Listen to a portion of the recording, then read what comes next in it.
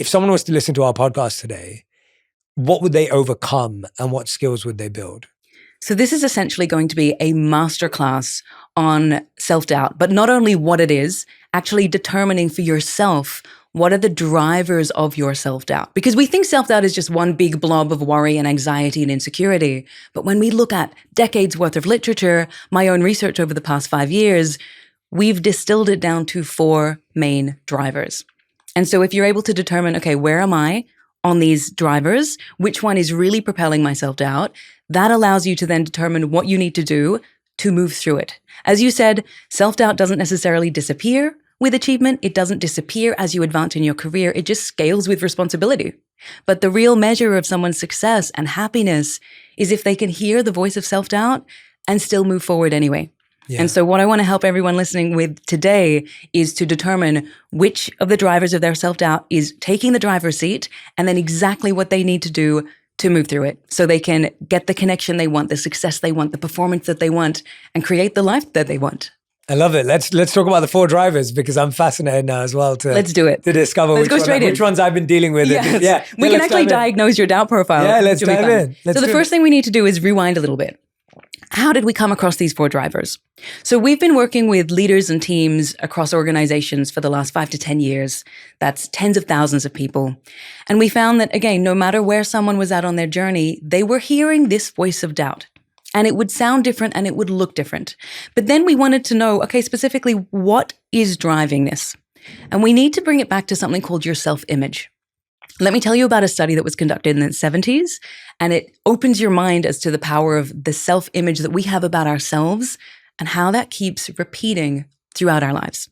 So in the 1970s, a psychology professor by the name of Robert Kleck from Dartmouth, he conducted this fascinating experiment where he brought people together, he split them into groups, and with one group, he drew a scar on their face from their right ear to the side of their mouth. Big, ugly scar, and he let them see themselves in a hand mirror.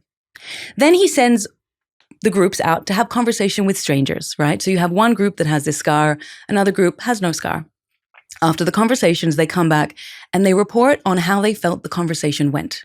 The group with the scar overwhelmingly reported that they felt judged, it was tense, the other person was distant because of the scar. But here is where it gets really interesting. If we rewind just a little bit, right before the researchers sent them out into these conversations, he applied moisturizing cream to the scar. So they'd just seen themselves in the mirror. He then applies this cream, but he doesn't tell them that he's removing the scar. Wow. So now they have no scar on their face, but they believe that they do. No. They go into these conversations believing, expecting they will be treated badly, poorly, judged. And that's what they experienced. Wow. It's wild. When you think about the implications for us in our lives, okay, it may not be a physical scar, but we all have beliefs or expectations about ourselves based on how we see ourselves, our self-image. And then we're going to notice things that reinforce it because of how the brain is wired. Confirmation bias, selective attention. Your brain is wired to magnify what you focus on. So if you're going into your life, into your conversations, into your meetings, into your work, believing that you're not worthy, that you're not capable, that you don't deserve it, you're going to notice things that reinforce that, and it's only going to make you feel worse. So we know that about self-image. So the first question to ask ourselves is, what are these invisible scars that we are carrying throughout our lives? How can we become more aware of them? So then my next question is, great. So that's the power of self-image, and self-image drives our self-doubt. But how do you measure self-image? If I were to ask you, Jay, what do you think your self-image is?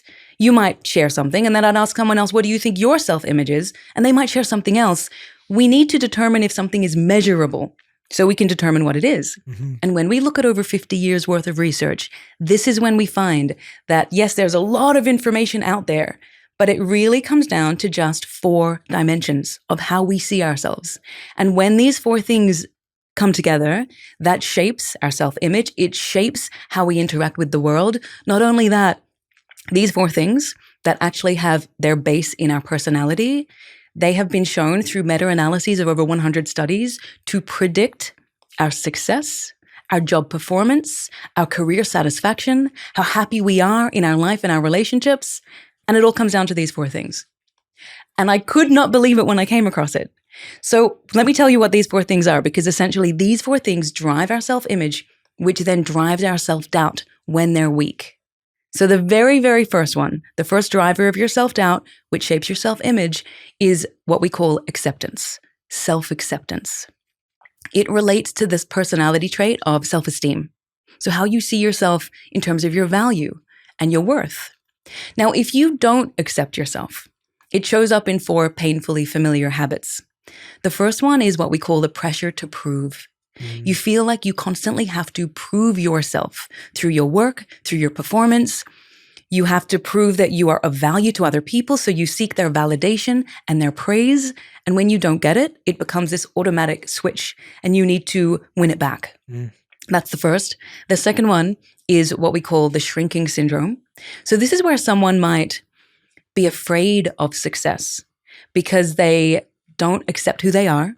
And therefore, they're afraid of what will happen if something amazing happens to them, because deep down, they don't feel like they deserve it. So then they try and sabotage before they get there.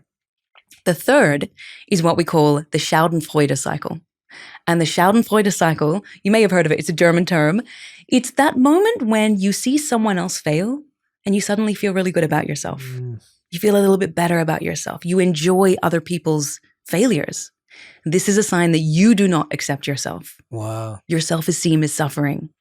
And then the fourth pattern that we see here is, of course, that endless need for approval. We need other people to like us, to validate us.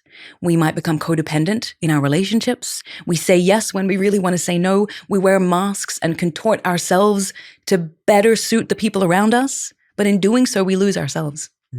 So that is the first and, in my view, the most foundational, acceptance. And as I'm learning about it from you, it feels like that starts so early and you're just carrying it for all these years.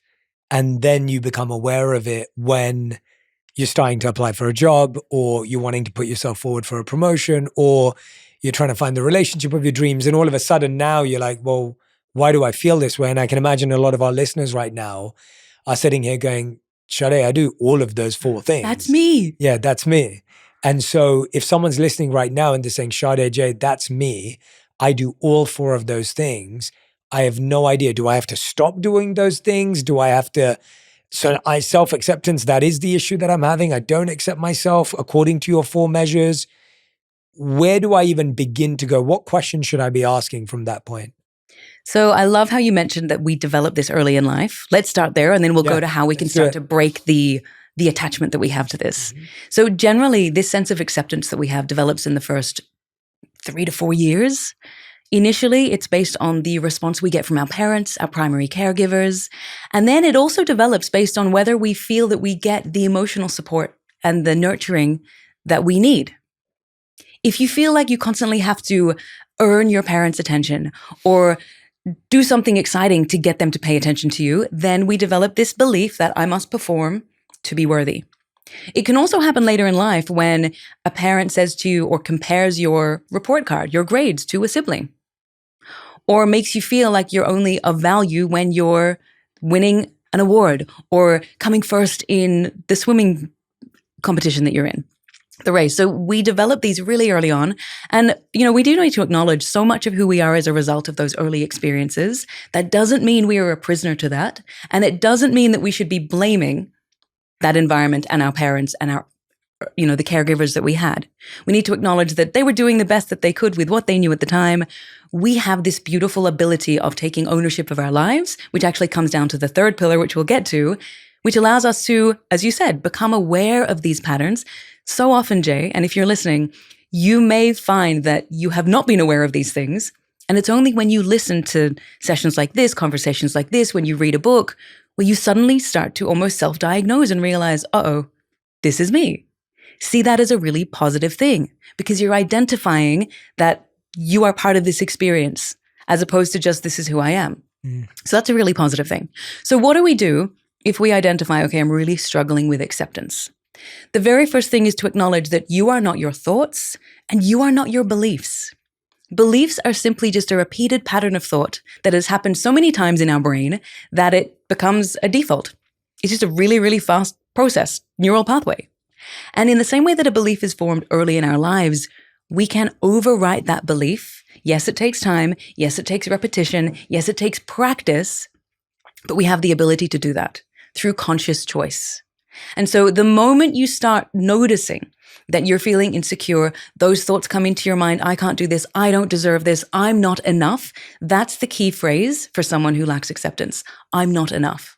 So I must prove that I'm enough. I must earn that feeling from other people. I must chase it through achievement. The moment you notice that, consciously re-engage the prefrontal part of your brain. This is how you re-engage attention and say to yourself, hold on, I don't need to believe that thought. I don't need to believe that belief. Remind yourself that I have value. I am of value. And one of the simplest hacks that you can use in those moments is to stop thinking about yourself. I know that sounds really odd to say, but when we are suffering with a lack of self-acceptance, it's always I, me, my. How do they see me? How am I coming across? What am I doing right now? If you can shift and go, okay, how can I be here for them? How can I be of value? How can I be of service? How can I make this person feel seen? That's called self-forgetting. And research shows that this process of self-forgetting, by becoming more service-oriented, helps to quieten that incessant voice of the ego. Yeah. And it's remarkable how when you tap into that, suddenly you realize, okay, I don't have to be so in my head. Yeah. I want to share just a couple of really simple techniques for anyone who really does struggle with acceptance. The first one is, if you struggle with acceptance, you are going to attach your sense of identity to your job and to your achievements and to your performance. So if things are going well professionally, if you're achieving things, if you're doing amazing things, you feel fantastic. And then something happens and it all crumbles and you fail, you take it personally. You internalize that failure. Mm-hmm. So the first and foremost thing you need to do is acknowledge you are not your job. There is so much to you that exists outside of that environment, which I know is really hard to do if you work, especially in a corporate organization, where your entire status is determined by your job title and how well you're delivering and your promotion track record, right? So we tend to internalize these things, but you need to consciously remind yourself through that prefrontal activation, I am not my job. I am so much more than this. And there's a really interesting little technique we like to share. Not even a technique, it's actually a suggestion. So Jay, there was a study that was conducted with Nobel Prize winning scientists, and they looked at 500 of them, and they found that they were 3 times more likely than regular scientists to have a creative hobby. Mm-hmm. Not only that, they were 22 times more likely than regular scientists to have a hobby in the performing arts, singing, music, drama. Wow. Many of them attribute that hobby to helping them bounce back when things didn't go to plan, and also to allowing them to make connections that other people wouldn't have been able to. And so what can we take from that? Brilliant. It's great, right? It's So a cool good. study. What can we take from that? Well, having something outside of work that we can pour ourselves into, especially something creative, because we know about the impact that has in the brain, that allows us to remind ourselves, hey, even if I didn't do well today at work, even if I didn't achieve this thing that I wanted to, I get to go and take on that character in that play. Yes. I get to go and pick up my guitar. I get to go and paint that beautiful painting. And fascinatingly, hobbies, especially creative hobbies, have been found to increase your self-esteem, which increases your sense of self-acceptance. Yes. So it's a very odd one, but I would encourage you, if you struggle here, go and pick up a hobby and embrace the messiness of being a beginner. I love how practical, tactical, and simple this is. And simple in a good way, in that I think anyone who's listening right now, they've got their plan of action for acceptance. You've got the questions to ask yourself, or to make sure, I don't need to believe that. I don't need to agree with those beliefs. I don't need to agree with those thoughts. You've got the idea of what's your hobby. And so I love that you said that. And I started thinking about my own, and I've got a fair few. I've got pickleball. I play a ton of football or soccer when I'm back in London.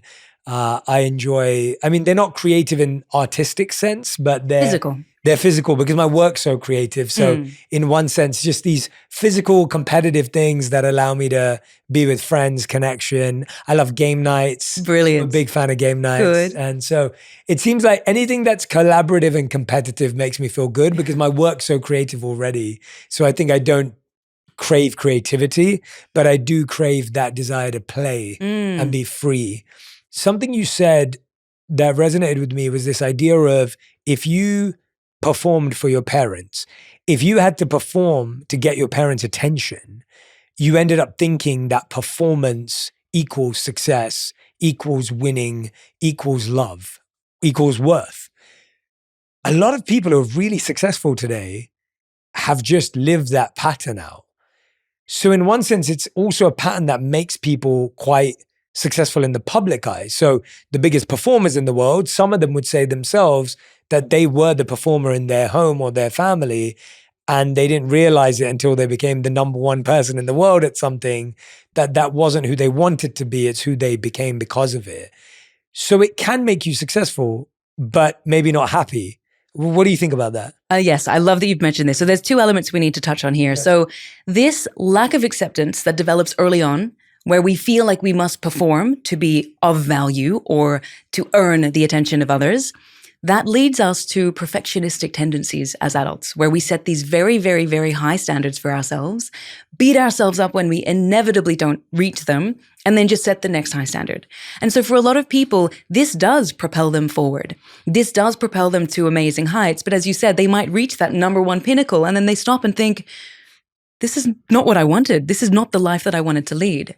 And so what we need to think about with success is two elements. Okay, there is the material success, the status, the external success, but then there is that internal feeling that really should be coming with it. Mm-hmm. The sense of satisfaction, the sense of fulfillment. And so anyone who is driven by a lack of acceptance, what we see in a lot of really high performers is that if they're driven by this, yes, they have amazing work ethic. Yes, they're incredibly diligent, but they never feel satisfied. And that level of emptiness that they feel also drives them to try and seek that satisfaction from the next hit, the next achievement. It's called the arrival fallacy. When I get there, I will feel like I've made it. And then they get there and they think, well, why doesn't this feel any different? And then they set the next goal and they're perpetually seeking this state of enoughness. And then they sacrifice things on the way to get there because they're so fixated on believing when I get there, everything will fall into place, that they've sacrificed relationships, they've sacrificed time with their children, they've sacrificed family, they've sacrificed well-being generally. And so, yes, it may be a driver. The fundamental question that we get asked about perfectionism, because we have a lot of people who say, well, I set high standards and I think it's a good thing. Isn't that a good thing? The fundamental difference is what happens when you don't achieve the standards. That determines whether it's perfectionism or it's just striving for excellence. If you beat yourself up and tell yourself, I'm a failure, I'm not enough, I'm terrible, you judge yourself, that is a sign of perfectionism that is called maladaptive. That is a reflection of you not feeling like you're enough. So you punish yourself. Whereas if you fall short, yeah, you can feel disappointed for a while. That's fine. That's natural. That's human.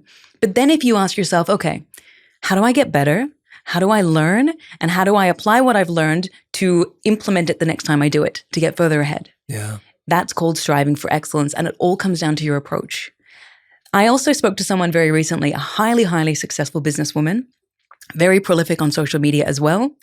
And she said to me, she's driven by that sense of, she described it as, it's a sense of not enoughness, but not to do with me. It's that I have so much impact I want to create that I don't feel like what I'm doing is enough. And so for her, she's driven by purpose and service.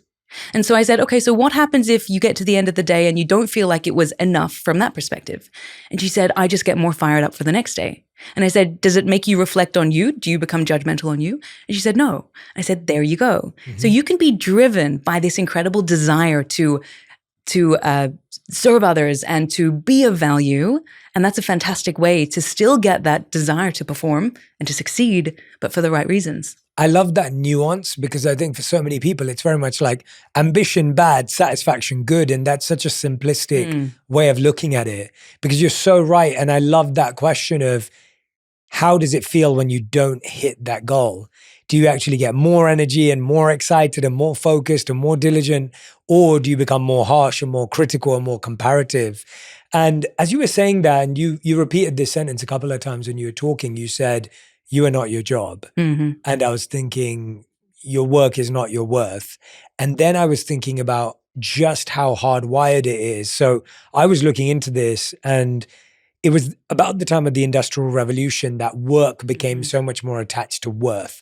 Everyone knew what role they played on the conveyor belt. There was the division of labor. You now had everyone having titles and roles. And the question became, what do you do? And everything became about title. Now, if you take it back a bit further, you've actually got everyone's last names being representative of their job. So you have baker, blacksmith, whatever else it may be. And that became your name. And that was just your shop front. And so this hard wiring that we all have of our work being our worth has been hardwired for a few decades now and probably longer.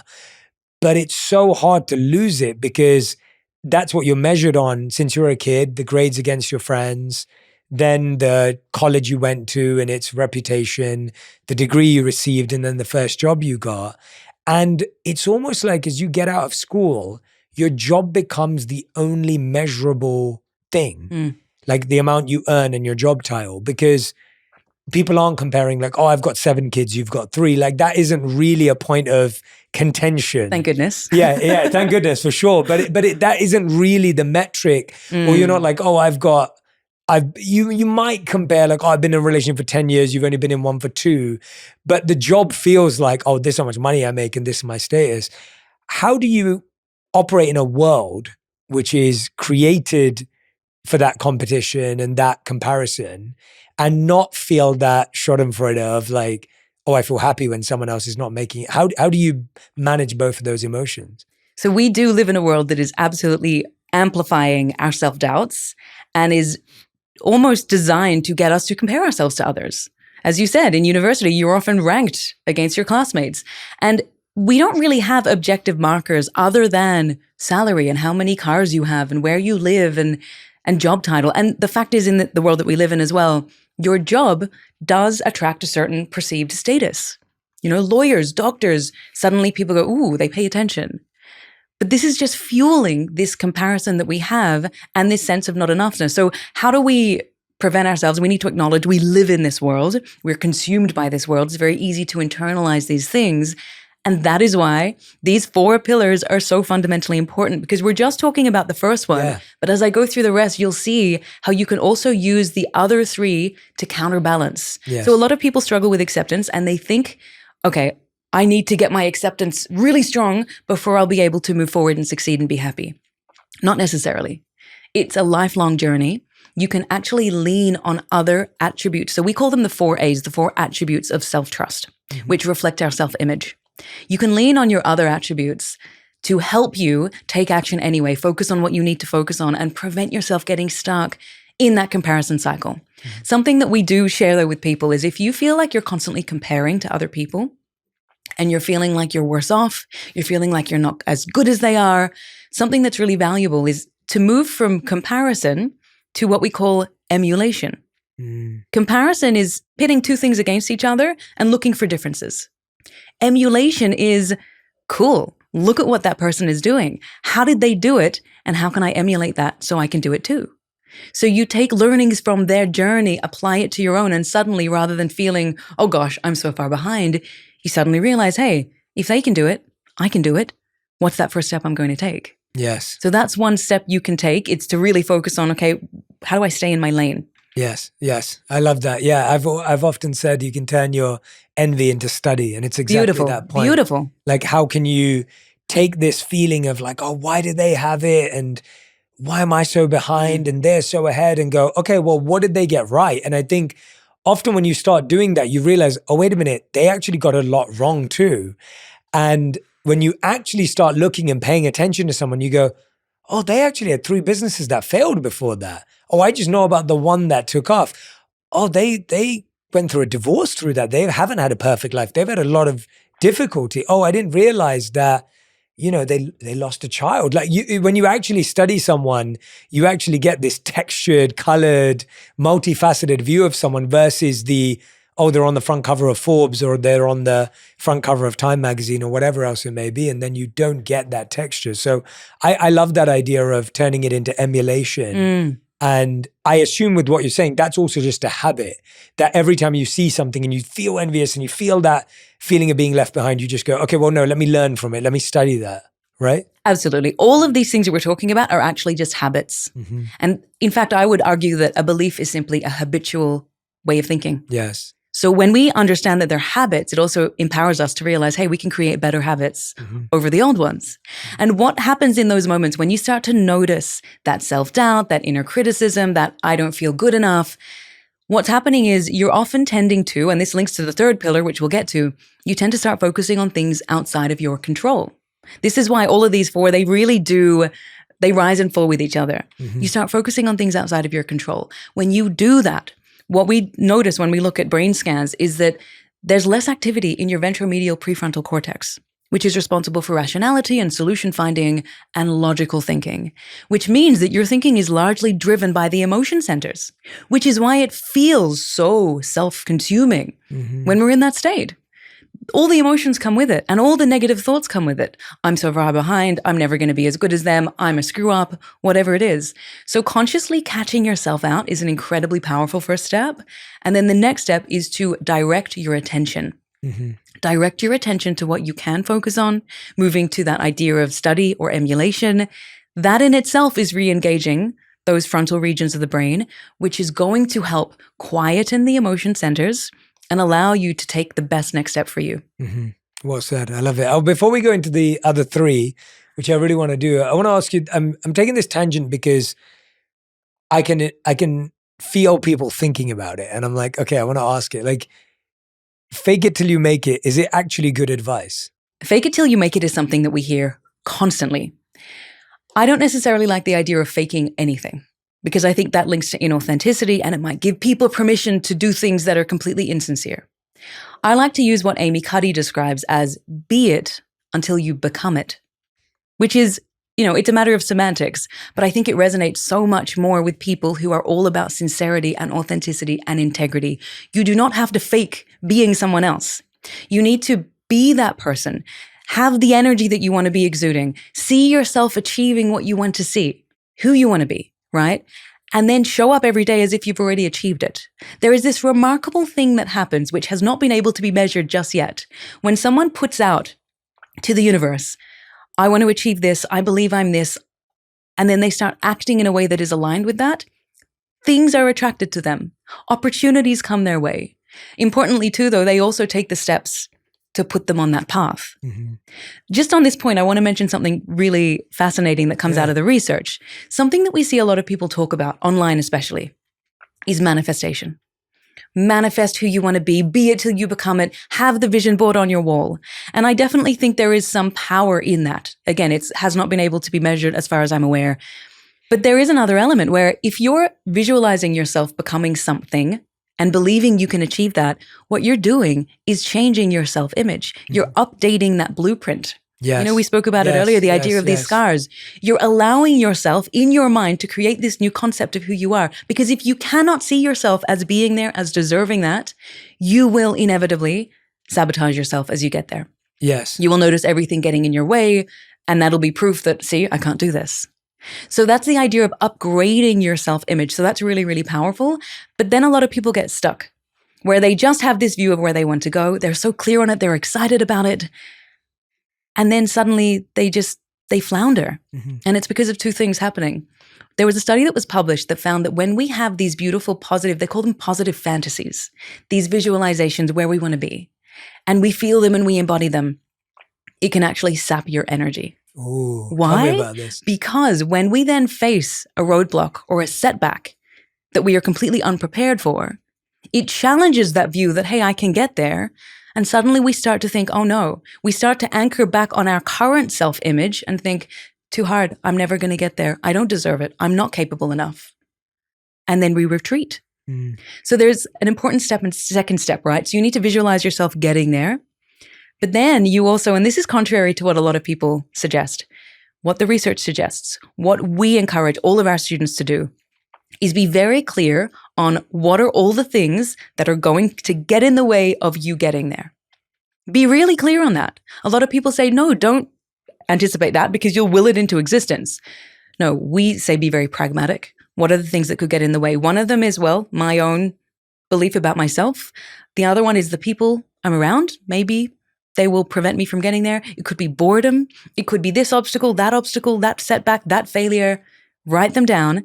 But then there is an important second step. If you only write them down, you're going to enter an entire world of catastrophizing and worrying. So the next step then is to ask yourself, what will I do if and when this happens?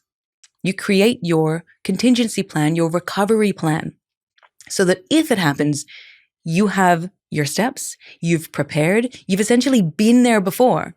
So you don't need to worry about spiraling into overthinking and worry and catastrophizing. You say, nope, I've been here, I've got my plan. It's called an implementation intention.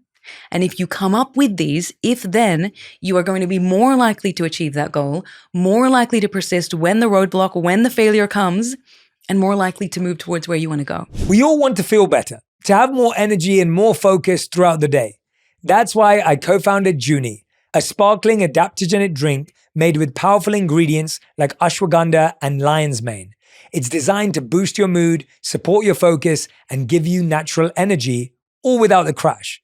Get your daily mood boost with Junie at Whole Foods Market, or head to drinkjunie.com to find a store near you.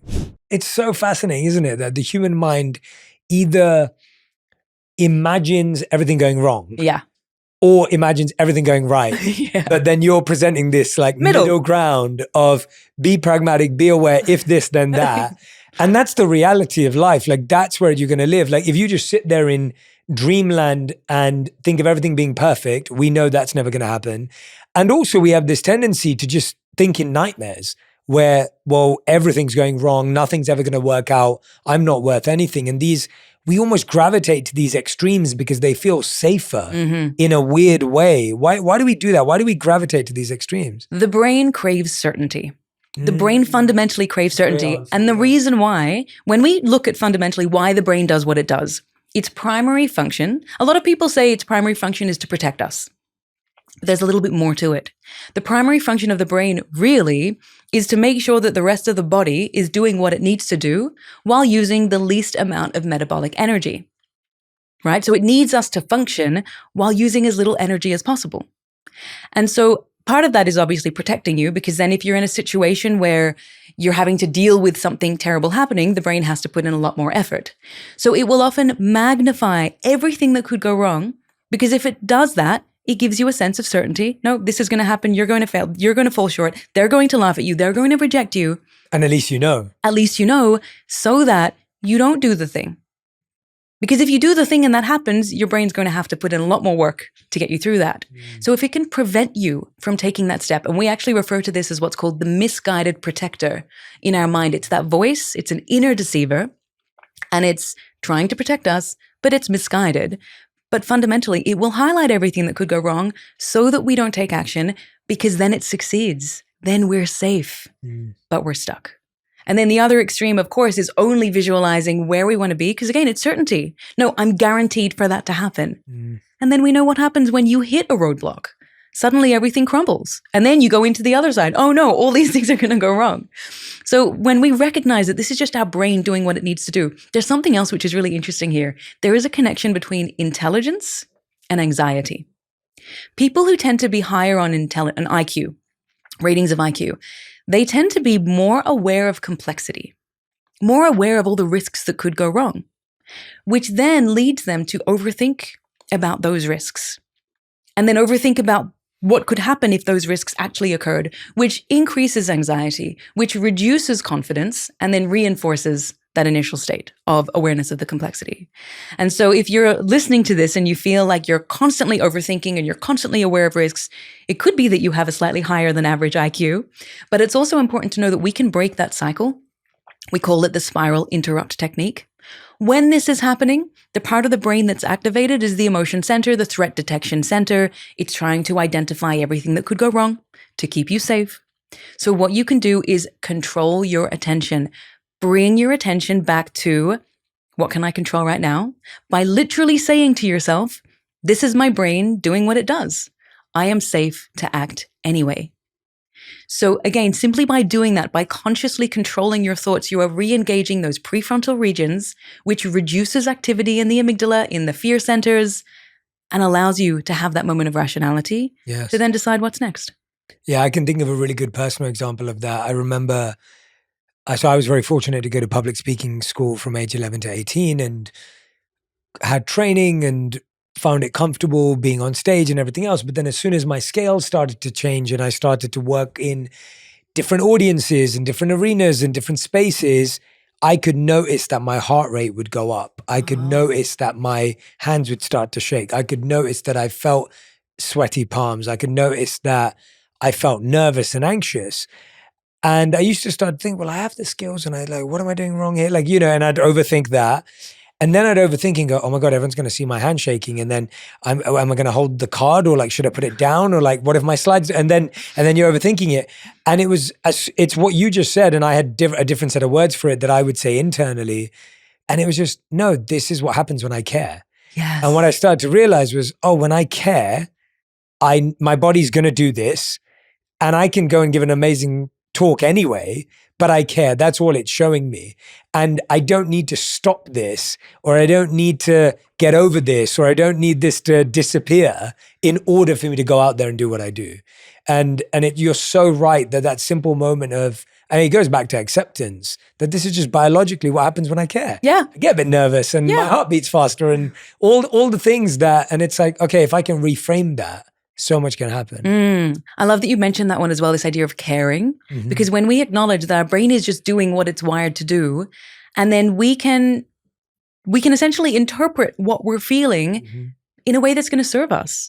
And so we can either interpret that heart rate, as you said, as you get into the overthinking of the overthinking, and then you're stressed about the stress. It's called a meta emotion, where it's like an emotion about an emotion, and it just spirals out of control.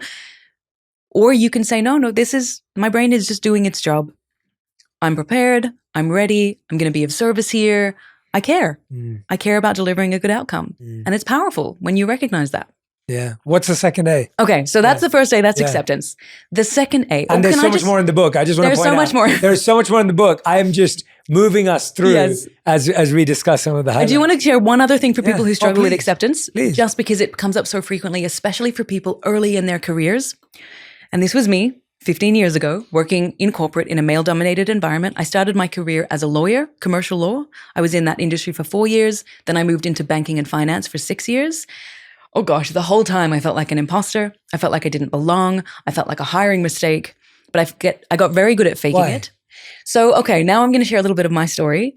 So when I was very young, the age of 3 or 4, I had a beautiful, supportive Persian family. And we'd always get together at my grandparents' house and have kebab that my grandpa would make.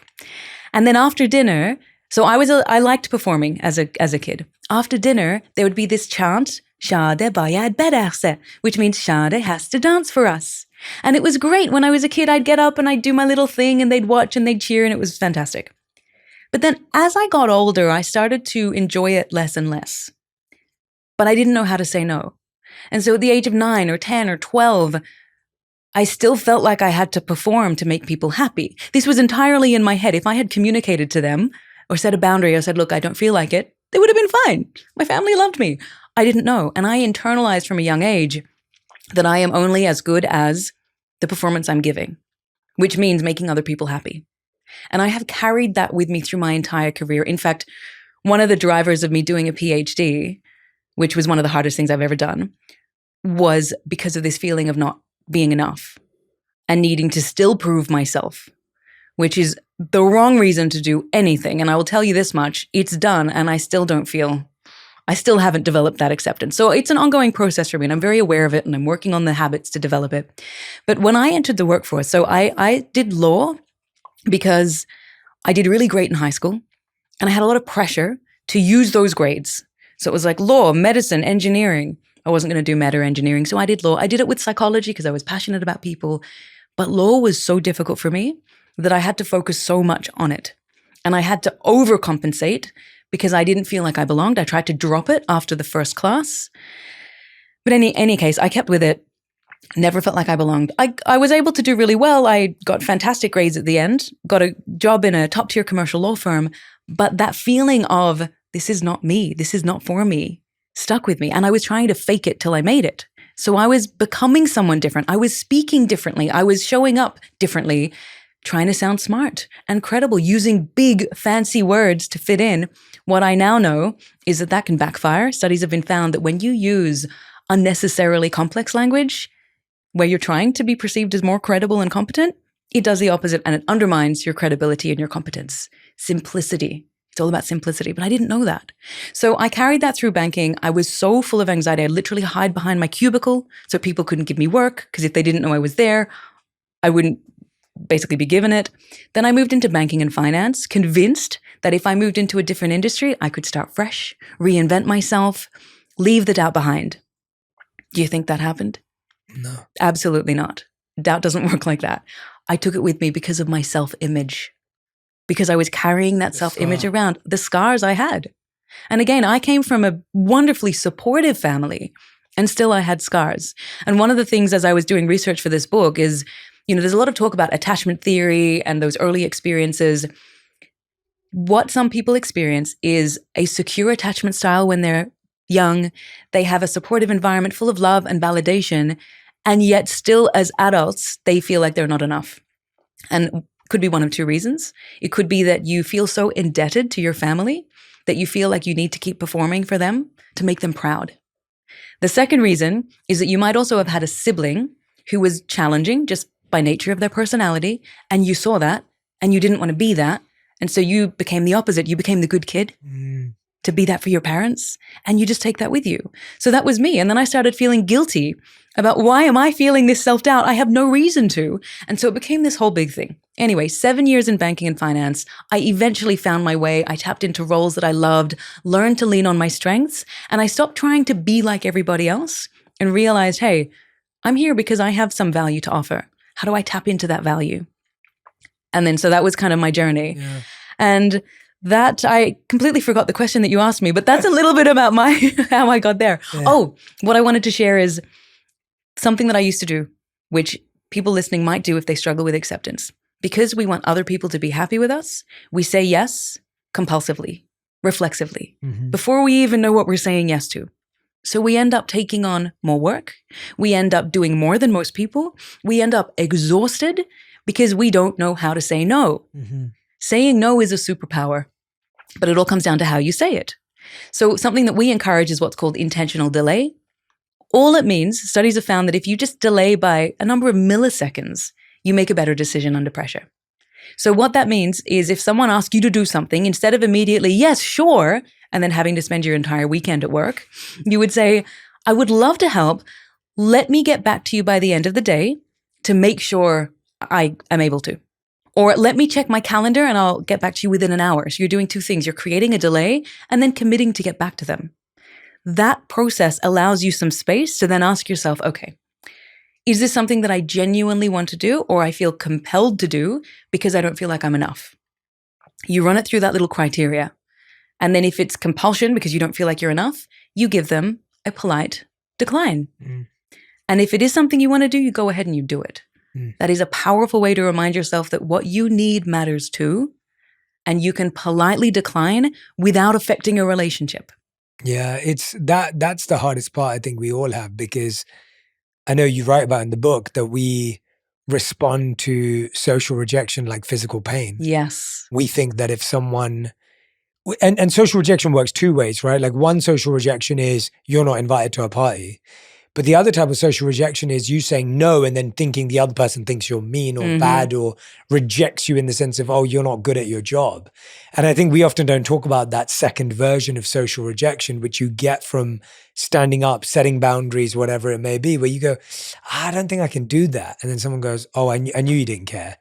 Right? Like a friend or whatever it may be. And that's a feeling of social rejection, which feels like a punch in the gut. It does. It feels like someone just stabbed you because you're like, no, I do care. I love you. I'm there for you. And you're like, no. So many of these things are so hardwired. Like you just said, your example, as I was listening to you speak and I was thinking about your beautiful family who loves you and I get that. It's so in our head where it's like, oh, I have to dance. I've always danced. I've always made everyone laugh. I've always told jokes. I've always got good grades. I'm the good kid. I'm the high performer. The labels. The labels, right? Yeah. And those labels, most of us put them on ourselves. Sometimes they did come through teachers and parents. Of course, there's plenty of versions of that. Ripping off a label is not easy. It's painful. It's painful, right? It's like ripping off a name tag is whatever, but ripping off a label is so much more painful. how do you encourage people to go through that process of ripping off a label? I'm the dancer, I'm the entertainer, I'm the performer.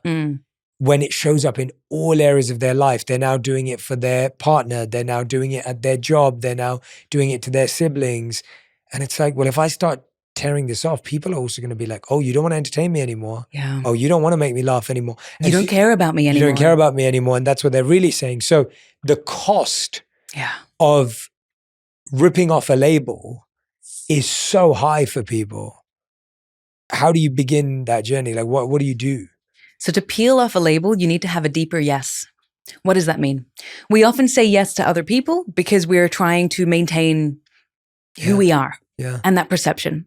And again, that risk of social rejection is so painful that we want to avoid it. What's really helpful is to, okay, you know that there's a yes that you can be giving them, but what is your deeper yes? What is you declining this thing going to allow you to say yes to, which is actually more important for you in the long run? So it might be saying no to working late tonight is me saying yes to spending more time with my kids before dinner time. Me saying yes to investing in my physical health. So there's this idea of know what your deeper yes is so that you're not just saying no to someone, you're actually honoring something within you. But the second element, these labels that we wear, the brain loves labels because the brain likes efficiency, because it wants to operate with the least amount of metabolic energy. So it'll label things hot, cold, good, bad, true, false. And we also slap these labels on ourselves. I like to encourage people, once you're aware of your labels, now how do you know what a label is? It's anything you put after the words I am. I am intense. I am boring. I am unworthy. I am such a procrastinator. These are labels. The moment we have I am before something, we are internalizing that. We're making it mean something about us and we are identifying with it. And this is really dangerous. We're fusing with that label. So we had a client that we worked with right around the time of the pandemic. She just started a new job. She was a senior leader. And when I initially met her, I said, tell me about yourself. So she shared she loves pickleball like you, Jay. She was a mother. She had just started this new job. And she said, and I can be intense. But when she said, I can be intense, her entire face wrinkled in disgust. So I knew there was something there. And I said, what makes you use that label? So quick side note, this is just a little other tip. I avoid using the word why in any conversations, in any client meetings. The word why can be like an interrogation. People get defensive. Why, Jay? Why that? You suddenly get on edge. But if you say, what? What was the reason?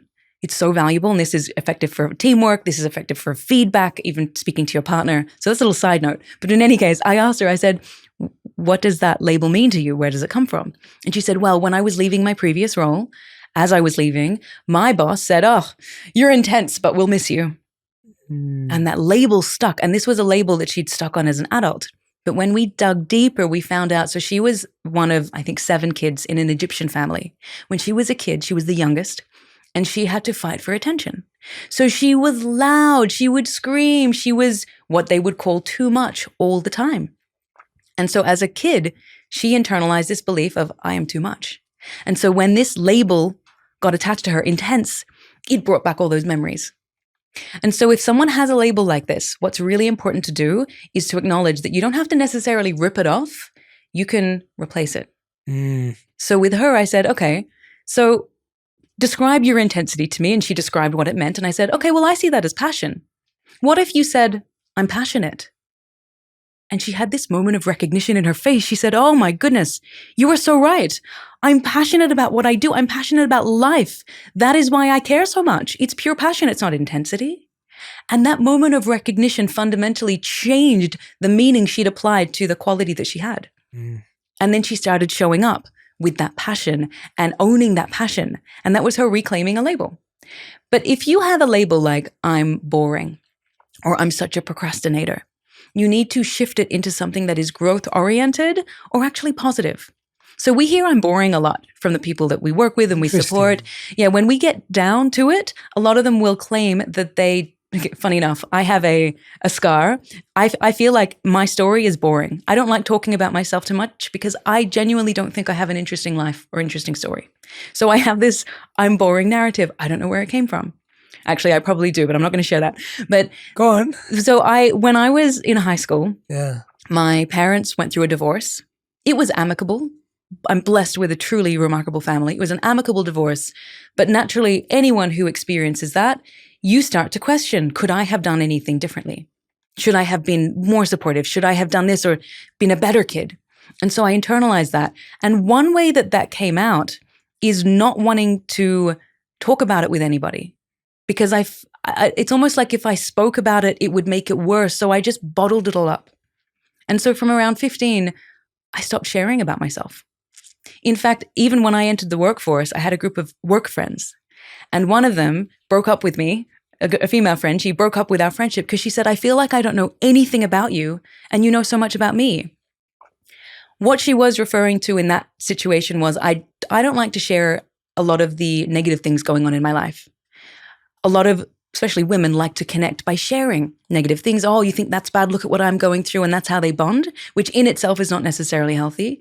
But because I wasn't sharing much about myself at all or any of that, I wasn't able to connect with people. And so that is something that I have taken with me through my entire life. And I'm still kind of trying to shake it. But this idea of replacing a label would be, okay, so a boring label could be, you'd replace it with, I am thoughtful and I like to give other people time to share what they're going through, right? So it's not I'm boring. It's just, no, I'm more thoughtful. I prefer careful deliberation and I like things to be stable and grounded. Mm-hmm. And I like making other people feel seen. That's one way that you take a behavioral characteristic that you have and flip it into something that is not a negative, Yes. which then allows you to feel like you can build on it. Yes. What about I'm such a procrastinator? We get a lot of these. So we share a lot of content on social media. We get a lot of people commenting and sharing. And this idea of I'm really, I procrastinate all the time. I can't get started. You shift from I'm a procrastinator to I'm learning to be better with my time and take action over overthinking. So you take a label and you shift it into what you want. And that's one way that you're changing that self-image. You're changing it to be what you're aspiring to work towards. Yes. And once you can see that, you're more likely to actually move towards it. Yes. Yeah. I mean, thank you for sharing that, by the way. And thank you for being so open because, yeah, it's always harder to share those types of things and the things we're struggling with. And I can relate to what you're saying as well. Like I find myself being someone who loves deep, thoughtful conversation. So I gravitate towards one-to-one, even in a big group of people. And initially, many years ago, and especially when I moved to LA and, got invited to all sorts of events and everything, in the beginning, I would just feel like, there was a part of me that felt I didn't belong at these events because I was surrounded by people that I grew up watching on TV and film. And then there was another side of me, more interestingly, which was, I don't know how to do small talk and small talk's not my thing and I don't know how to navigate that. And that even happened when I went into the corporate world because after I left the monastery where we didn't do a lot of small talk, it was very difficult for me to go into corporate networking scenarios because to me, the conversation just didn't go anywhere. And at that time, I would start to think, maybe I'm boring. Maybe I have nothing to say. I'm not that funny because I can't just quip and whatever. And I'm good at building rapport one-on-one, but just in a group, I just didn't feel confident about it. And I started to reframe it as I'm just going to look for the one person that I can have the deepest, most beautiful conversation with. And what's amazing is wherever I go, I have to go to so many events for work or whatever it is. And I just found the one person that I had the most meaningful connection with. And what I found is that just turned into loads of great friendships. Yeah. And so now I never feel alone anywhere because I know someone deeply than knowing a lot of people in a shallow way where I can still feel alone and disconnected. What was helpful for me was there are certain settings where I will be boring. But there are certain settings where I'm the least boring person in the world and I'm just looking for those. And that acceptance allowed me to play to my strengths and who I want to be and what kind of conversations I want to have. And it's like, I want to get to know someone deeply. I want to share intimate things. I want to hear things back. I want to hear about worldviews. Like I'm fascinated by that. What I don't want to hear about is where's the best restaurant to go out for dinner. I'm just not interested. Like that's not, and so in that conversation, I am boring. And that's okay because I don't want to be interesting there. And so I love what you're saying because there's so much freedom when you address the truth of it and you find the part of it that is, like you said, growth oriented. Yes. Not just positive. We're not positively spinning it because that just feels fake, but it's, where's the growth side of this? And that's what it was for me. The growth side was go and find someone who wants the same thing as you, because then you'll have a great time. How did you, so when you were starting, let's flip to you if you don't mind. All right, Shadé. Let's do it. Yeah, this is your version of I'm boring, so I listen to other people. Oh, yes. Yeah. So when you were starting in this space and you found yourself in those situations, what kind of self-talk helped you stay grounded and not become self-critical? We all want to feel better, to have more energy and more focus throughout the day. That's why I co-founded Junie, a sparkling adaptogenic drink made with powerful ingredients like ashwagandha and lion's mane. It's designed to boost your mood, support your focus, and give you natural energy, all without the crash. A new classic reimagined. We're so excited to officially launch our new lemonade iced tea flavor. When we created Junie, my goal was simple. I wanted to make drinks that help you feel balanced and energized without compromise. Our upgraded take on the classic Arnold Palmer is crisp, refreshing, and crafted with adaptogens to support energy, focus, and mood, all with zero sugar. Be among the first to try it. Available exclusively at drinkjunie.com, where you can use the code ONPURPOSE20 for 20% off your first order. Cheers to your daily mood boost. A lot of my approach has been inspired through my monk teachers. So a lot of what I would hear in my self-talk was what I'd learned. And so whenever I go to events in the beginning, people would say, did you talk to this person? And did you network with this person? Did you talk to this person? I was like, no, because I don't think that is the right thing to do. Like, I don't think me going up to someone that I don't know and doesn't know me and starting up a conversation is authentic to me and who I want to be. If it happens authentically, that's amazing, but that's not authentic to me. My authentic version is to help people feel safe and comfortable, smile, be courteous and kind, but to not be invasive, especially in places where everyone's kind of stressed and anxious. And so my approach has always been to talk to someone if they talk to me, to smile at someone. And if there's you feel a sense of like, hey, we're both looking for someone to connect to, find it. And recognize that ultimately everyone's feeling anxious here. So there's no one who's feeling confident and you're feeling anxious. Everyone's feeling anxious because no one knows anyone and no one knows who to talk to. So I think for me, my self-talk was trust, hence beautiful title, Big Trust, your book. Trust that you don't have to meet everyone. This isn't your only opportunity to sell this idea of sell yourself, hand out your business card to everyone. Like, I'm like, having a meaningful connection with someone is probably more valuable than handing your business card and shaking hands with everyone in the room just so you can say you shook hands with so-and-so and X, Y, and Z. It's like, to me, it was reminding myself that value was deep, it was meaningful, it was purposeful, it was intentional, it was mutual. The imposter syndrome part, there was definitely a lot of negative self-talk at the start, like, you don't belong here, you shouldn't be in this room, like, oh my God, like, you know, and I'd freeze a lot and just be like, oh, I'm not even going to say hello to that. Like, I'm not even going to smile because you're so stressed out. Yeah. And I think the self-talk that got away, that helped me get through that, I realized it wasn't self-talk. It was just showing up and sitting in that discomfort. It wasn't, there was no self-talk. And I know that's going to lead to it was just continuing to show up, feeling that discomfort, feeling that uncertainty, and recognizing that it didn't stop me from connecting, smiling, meeting, being myself. And the biggest question I'd always ask myself, actually, Trevor Noah said this to me when he came on the show. He was like, Jay, you always feel comfortable at all the things you're at. And I wouldn't sense that you don't. And I said, well, that's because I only go to things I feel I have a purpose at. And that solved everything to me, where I was like, if I know why I'm going somewhere, I can show up as my best self. If I don't know why I'm going there and I kind of think someone thinks I should go there, or someone on my team said it would be a good idea, now I hate being there because I'm lost. Whereas if I know what my purpose is and why I'm standing there, great. Like, I could be alone there, I could be everyone's best friend there, I could be anything. Anyway, sorry, long answer. No, brilliant answer. I was trying to find the nuance and complexity and not give you a throwaway answer. It was wonderful. Thank you so much. And I'm sure everyone listening appreciates so much hearing your own journey and your perspective as we go through this. There's a few things that came to mind as you were speaking.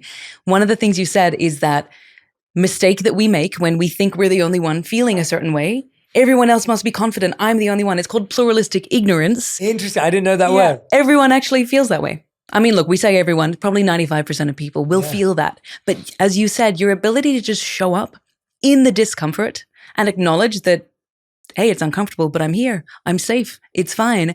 That makes it easier the next time you do it. You develop what's called a tolerance for discomfort, and that leads to amazing things. And then the other thing you highlighted is that what helped you is this idea of having a purpose and this idea of not making it about you. It was this concept of self-forgetting that I'd mentioned as one of we call it the gift of self-acceptance, is the ability to forget yourself and make it about other people. So you said, if I have something meaningful to share, which is not about you, that's about adding something to them, that allows those voices to quieten. Because it's not just you doing it because you want to, or you think you need to, or you think you should. It's for their sake. So that's beautiful. And then I love how you brought in imposter syndrome, which brings us beautifully to the second pillar, which is agency. So just by way of recap, we've just covered acceptance for everyone listening. And acceptance is essentially when your self-esteem is shaky, you seek validation, you feel like you need to prove your worth, your sense of identity is attached to what you're producing or performing or achieving. The next way that self-doubt can show up is not to do with the I'm not enough or I'm not worthy, and entirely to do with the can I actually do this thing?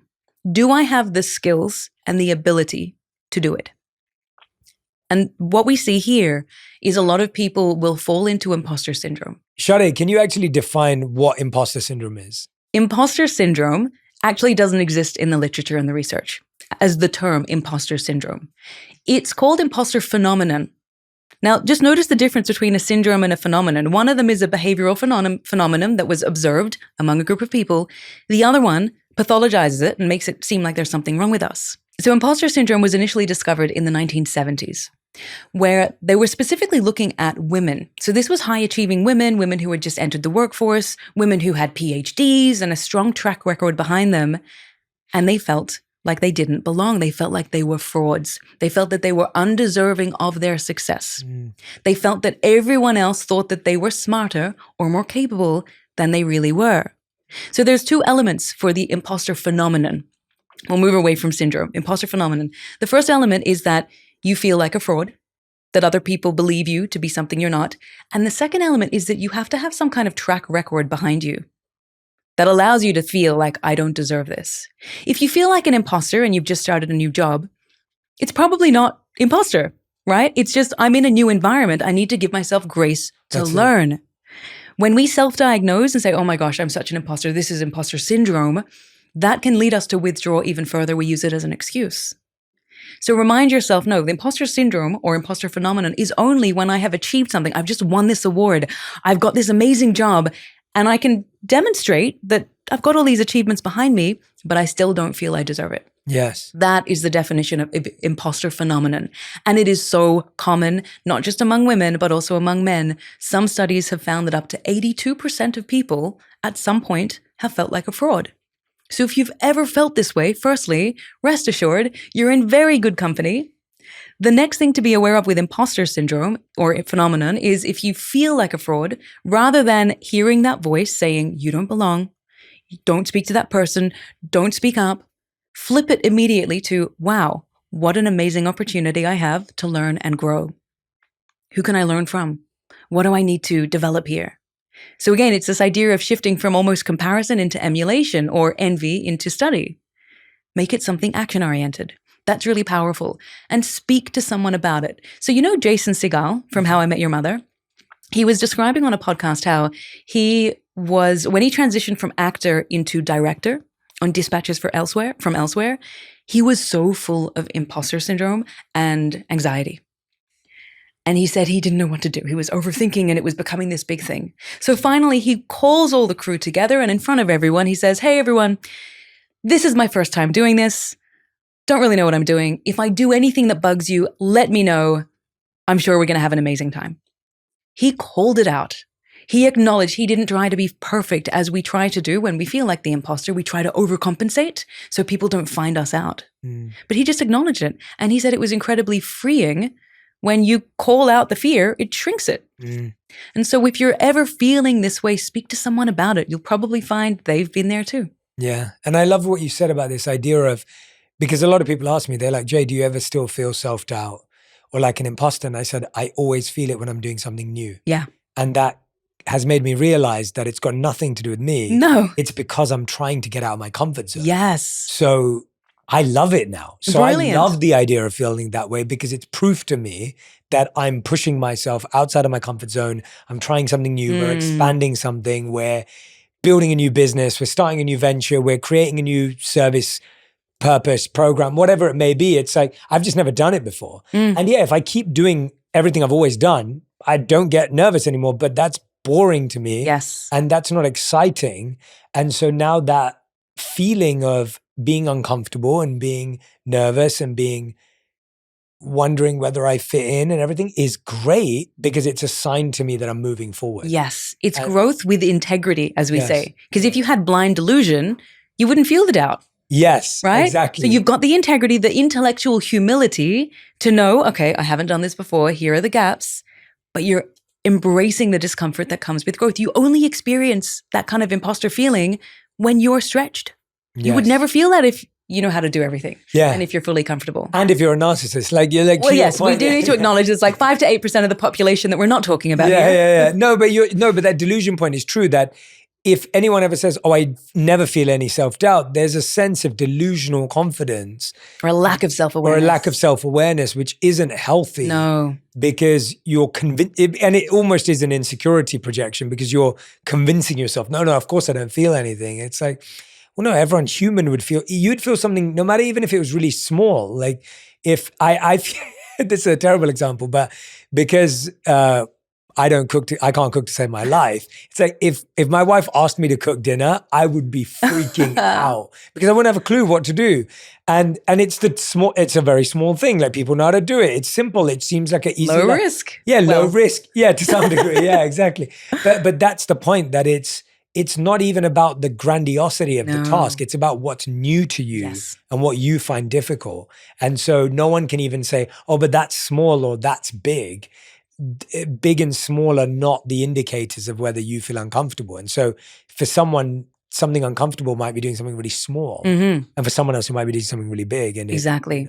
Exactly. And a big part of that comes down to your level of agency. Yeah. Where do you fall on that scale? So agency relates to what's called self-efficacy. That's a personality trait, which is the belief that you can do what you need to do to achieve what you want to achieve.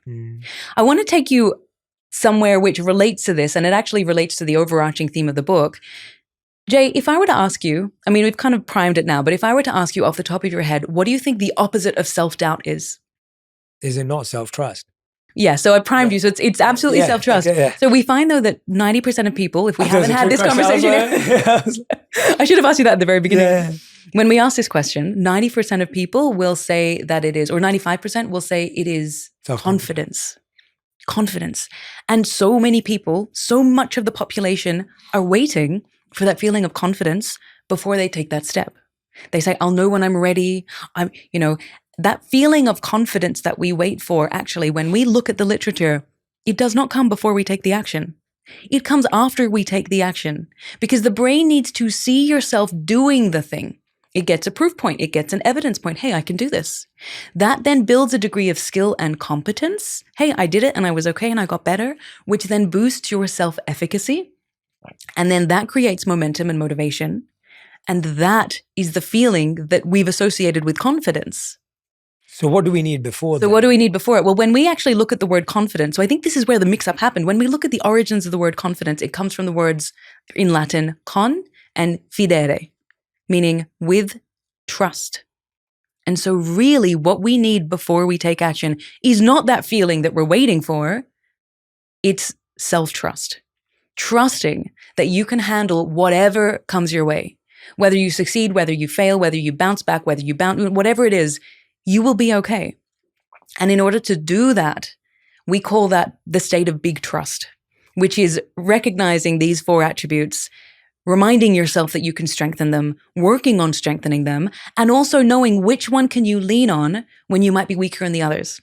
So and why this ties into agency is such a big part of this, because if you do not believe that you can do the thing, if you don't believe that you have the skills or the ability to learn or capacity to adapt, you will not take that step. And so you will perpetually wait to feel ready. And then you're waiting, and you will often occupy yourself or distract yourself with preparation and planning and all the things that we do that we think we're being productive by doing, but they're just distracting us. It's procrastinating, essentially. Yeah, we just need to take the action. So agency is recognizing, hey, I can do this. I have been here before, as in I've been in unfamiliar situations and I was fine. How can I draw on that? I have handled challenges before. How can I bring those attributes? There's this fantastic story that comes from Paula Scher, legendary graphic designer. So it was 1998 when Citibank was merging with Travelers Insurance, creating Citibank, or Citigroup. They brought Paula Scher in to create the logo design. And so she's sitting at this meeting and they're all talking about what they want for this logo. She grabs a napkin and she starts scribbling on this napkin for a few seconds. Finally, she slides the napkin over and she says, "Here's your logo." The table was stunned. They said, "How is it possible that you created a logo in a matter of seconds?" And she sat back and she said, "It's done in a second and 34 years.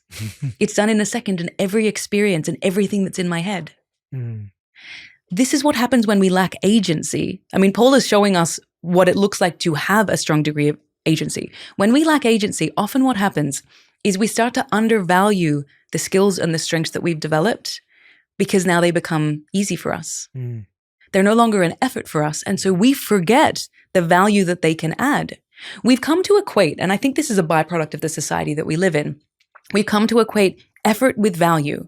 I must put in effort in order to be delivering something of value. And if it comes too easily, then it's not a value.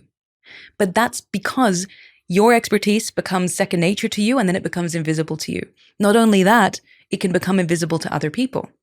If you do something reasonably easily, like this situation, how can you design this logo that they ended up paying $1.5 million for? How can you do that in a few seconds? You have to spend months creating this design in order for us to pay you that money.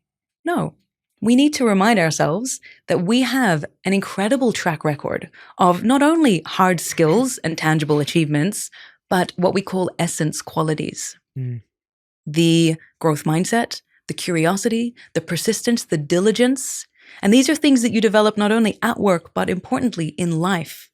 We forget when we're at work, and this used to happen to me all the time, and it happens to so many of the people in our programs, they start a new job and they may not be able to do the things that they need to do in the job. And then they get so down on themselves, forgetting that they have all these other skills and attributes that they can be applying to help them learn what they need to learn. They can bring their growth mindset, their curiosity, their desire to learn new things, their ability to grasp things really quickly. They can bring all of that with them. And as soon as you remind them of that, they suddenly feel so much more at ease. And it opens up their mind to learning quicker. So if anyone listening is in a position where you don't feel like you have everything that you need, everything on the job description, and you're magnifying your gaps, which is what the brain does, pause and write down everything that you are needing to do, right? Everything on the job description for the role, whatever it might be. In the middle column, what are all of the qualities that you have developed over the course of your life? And then in your third column, you're mapping your middle column to your first column, right? So I'm going to bring my growth mindset for this one, and this one. I'm going to bring my diligence for here and here. I'm going to bring my ability to be really tenacious to this, that, and that. And then suddenly you've mapped out what you need to apply and how, and it's incredibly empowering, and it boosts your self-efficacy and your sense of agency. Yeah, that's such a good practice. And you've reminded me, because you just gave us the Latin of confidence, right? Yeah. I remember looking at the English dictionary definition of confidence, and one of them was the acknowledgement and appreciation of one's own abilities and skills. Oh, beautiful. Like that's actually the definition. So confidence isn't a feeling. It's not a feeling. It's not a feeling. It's not an attitude. No. It's not a mindset. It's the acknowledgement and appreciation of what you've just said, of one's own skills and abilities and qualities, as you're saying. It's a bit more than that. When I looked, I think it might even say qualities, actually. I could be wrong. I actually think it might actually say that. And now when I think about it, I'm like, of course, it's almost like when you're halfway up a mountain, you have to look back down and say, I've walked up halfway. Yes. As opposed to just looking at how much is left to go. Totally. If you just look at the top and you go, oh God, that flag is so high. Oh my gosh, there's so many, there's such a steep climb. But if you look back and go, how did I get halfway up here? That didn't take that long. Yeah. Oh, okay, I've done half. Okay, I've got another. And it's just so fascinating to me that we haven't been trained to do that, to actually acknowledge. And I'd say that to everyone when I'm speaking on stage sometimes and I'm working with someone in the audience who's having a really tough time with this. Something I like to remind everyone is each and every one of you have been through something really difficult. Yes. Each and every person has been through a extreme pain, whether it was the loss of a loved one, the divorce of family members, a breakup, the loss of a dream. Everyone. There is no human on the planet who hasn't been through something that for them was exceptionally difficult. And you're still here. Yeah. And you survived. And maybe you've even fallen in love again and have an amazing job and have found kindness and grace within yourself. And if you don't look at that as a monument and as a marker of how far you've come, nothing will ever fill that. You have to, there's nothing that will ever fill that void, because if you can't notice all the hard things you've done, you will continue to ignore all the hard things you're about to do and not even feel you're capable of them. And I love that you're giving people a practical methodology in the book and today in how to actually do that. And I agree with you. Before you apply for that job, do this. Yeah. Like this is more important than putting your resume together and all of that, because before that job interview, do this. I love how you've just touched on this idea of the challenges we've been through, which leads us into the third pillar. But before we get there, I want to come back to agency for a moment. So when people are applying for jobs, what's really valuable to know is that you don't have to have 100% of what's on the job description. But you have to be able to demonstrate, if you make it to an interview, that even though you don't have everything that's there, you have other transferable skills and attributes and qualities that you will apply to learn what you need to learn. So let me share an example with you. When I worked in banking, I applied for a very, very senior role that was probably 3 levels above where I was, and I was completely underqualified for it. I already had another job that had been offered to me, so I wasn't, this was kind of a side piece. I wasn't side piece. No, it was an opportunity that, I would have taken if I had it, but it meant I didn't have as much pressure. So I got to try something. So I went in there for the first round interview and it went really well. And I went back for the second round interview, which was the final one. And when I came to sit down with the head of this entire area, I sat down and he said to me, look, Shadé, I need to tell you that we were not entirely sure. And as he was finishing, I jumped in and I said, it's very clear that I don't have all the roles or all the track record of having done this before. Yes, I don't have experience in all of these things. But let me tell you what I do bring. I have been in roles in the past where I haven't known how to do anything, and I very quickly got up to speed. I asked what I needed to ask. I learned, I excelled, and I was able to deliver. In this example, I did this. In that example, I did this. I see this as being no different. Yes, I haven't been here, but I will bring that. And in fact, I consider the fact that I don't have experience a bonus, because I'm not going to do things the way everyone else does. I'm going to ask the curious questions where everyone else just takes it as a given. And do you know what he said to me? He said, I had planned for you to come in here today and me to tell you that it's not going to work out. But you've completely changed my mind. I now have confidence in you. We'd like to offer you the role. So then I asked for some time to think about it. And I realized that actually the other one was better suited to me. Oh, wow. But it was a lesson in how you shouldn't take yourself out of the game before the game begins. Yes, yes. Go in there with confidence. Acknowledge if you don't know how to do. The worst thing is to say, no, I've done it before, and then get caught out. Don't lie. But have the confidence, the conviction in the fact that, hey, you have a lot of things you've done before. You can bring all of that right now. And in fact, maybe it gives you an edge. Yes. And then you want to tell them how you would spend your first 90 days. So give them your 90-day roadmap. So you would go in there and say, okay, so my first 30 days is going to be spent getting a lay of the land, to understand how people do things, to understand the culture, and to really have more of an observational role. The second 30 days is going to be me determining what are the gaps that I need to fill the quickest. I will be taking learning programs. I'll be doing training internally, maybe shadowing some people. Now, when we get to our final 30 days in that 90-day period, that's when I'm implementing. That's when I'm developing a strategy for what my next 12 months is going to look like. That's how I'm going to ensure when I start this role, I'll be able to hit the ground running. And you just say it with so much clarity and conviction that they will be blown away. And especially if you follow through, it's brilliant because women, when they see a resume, underestimate what they can do. Absolutely. And men overestimate what they can do. And I feel that a lot of those women won't apply for a job because they can do 7 out of the 10 things. Whereas the research shows a man will apply even if he can do only 4 or 5 out of the 10 things. As a woman, in the example that you've just given as well for your own life, like what can women do to not bow out before the race? Is to not bow out before the race. Essentially, don't take yourself out, back yourself. And something that's really valuable here is what we also know when we looked at neuroscience studies is that women tend to evaluate rejection harder than men, in the sense that we deem it to be much worse than, for example, a man may. So we have a tendency to really blow it out of proportion. And that's why we often don't want to try something if we don't think we're going to succeed.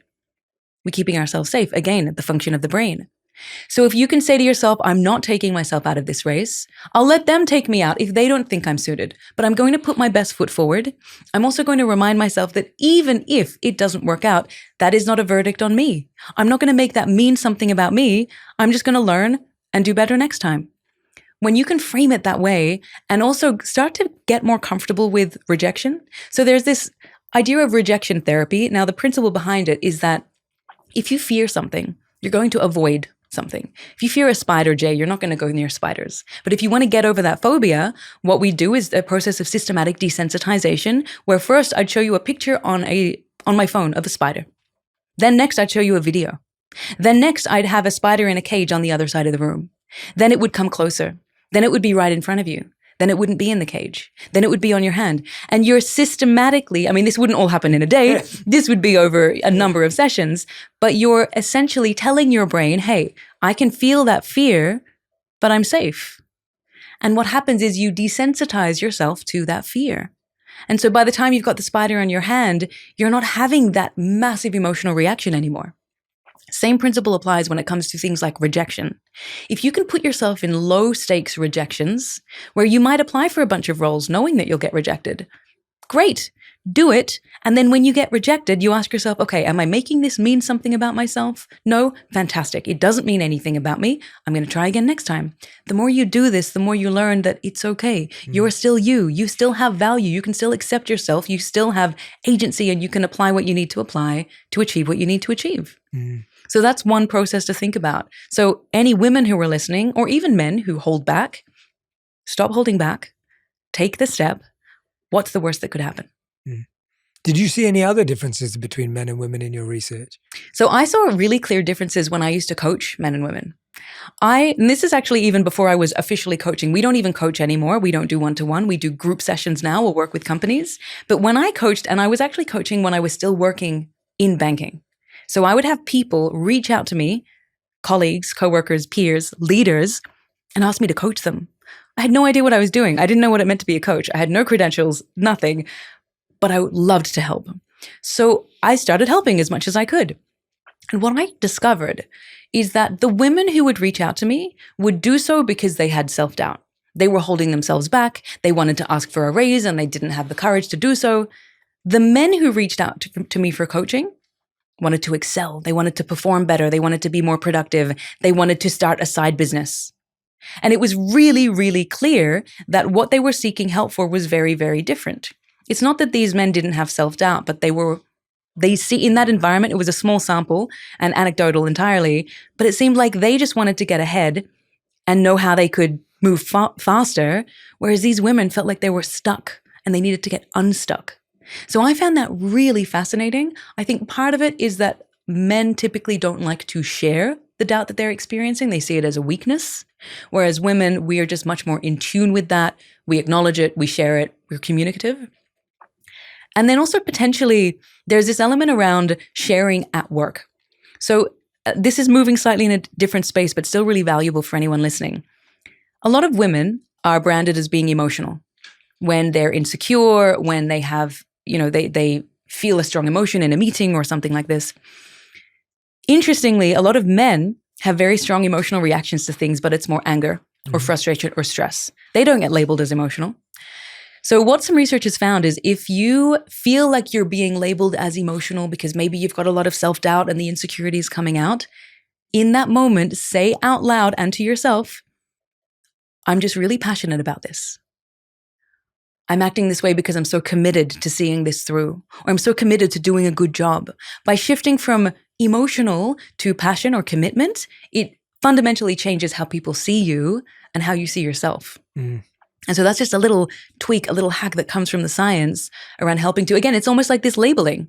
You're not emotional, you are just passionate. You really care deeply about this thing. And then again, it allows you, because you're shifting your attention, to then focus on, okay, what am I doing next? Yeah. So, Jay, now I think we should go into this third pillar. Are we ready to dive through? Yes. So the third pillar is what we call, actually, before I tell you the third pillar, I'm going to share Bruno's story with you. So Bruno was an entrepreneur who reached out for help. He was running a business.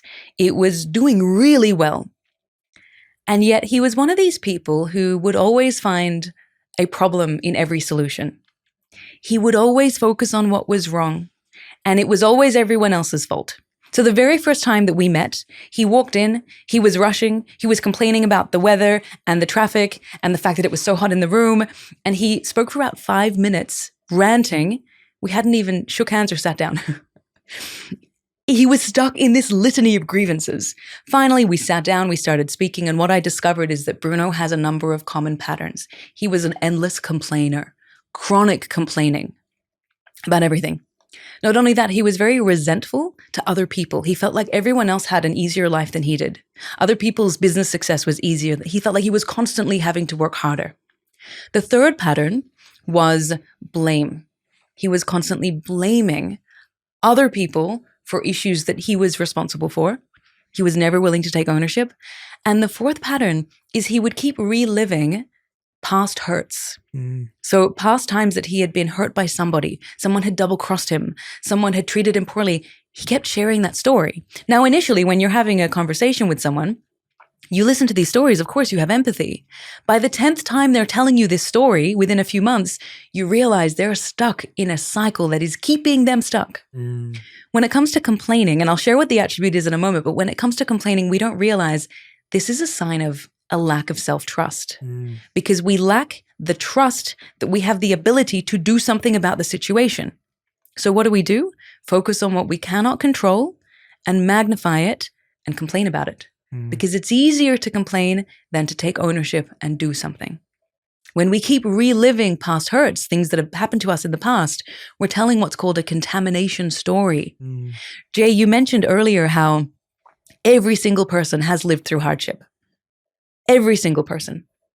And depending on the story that they tell themselves about that hardship, it determines how they feel about that hardship, whether they internalize that hardship and make it mean something about them, and then whether they feel empowered in their lives or the victims.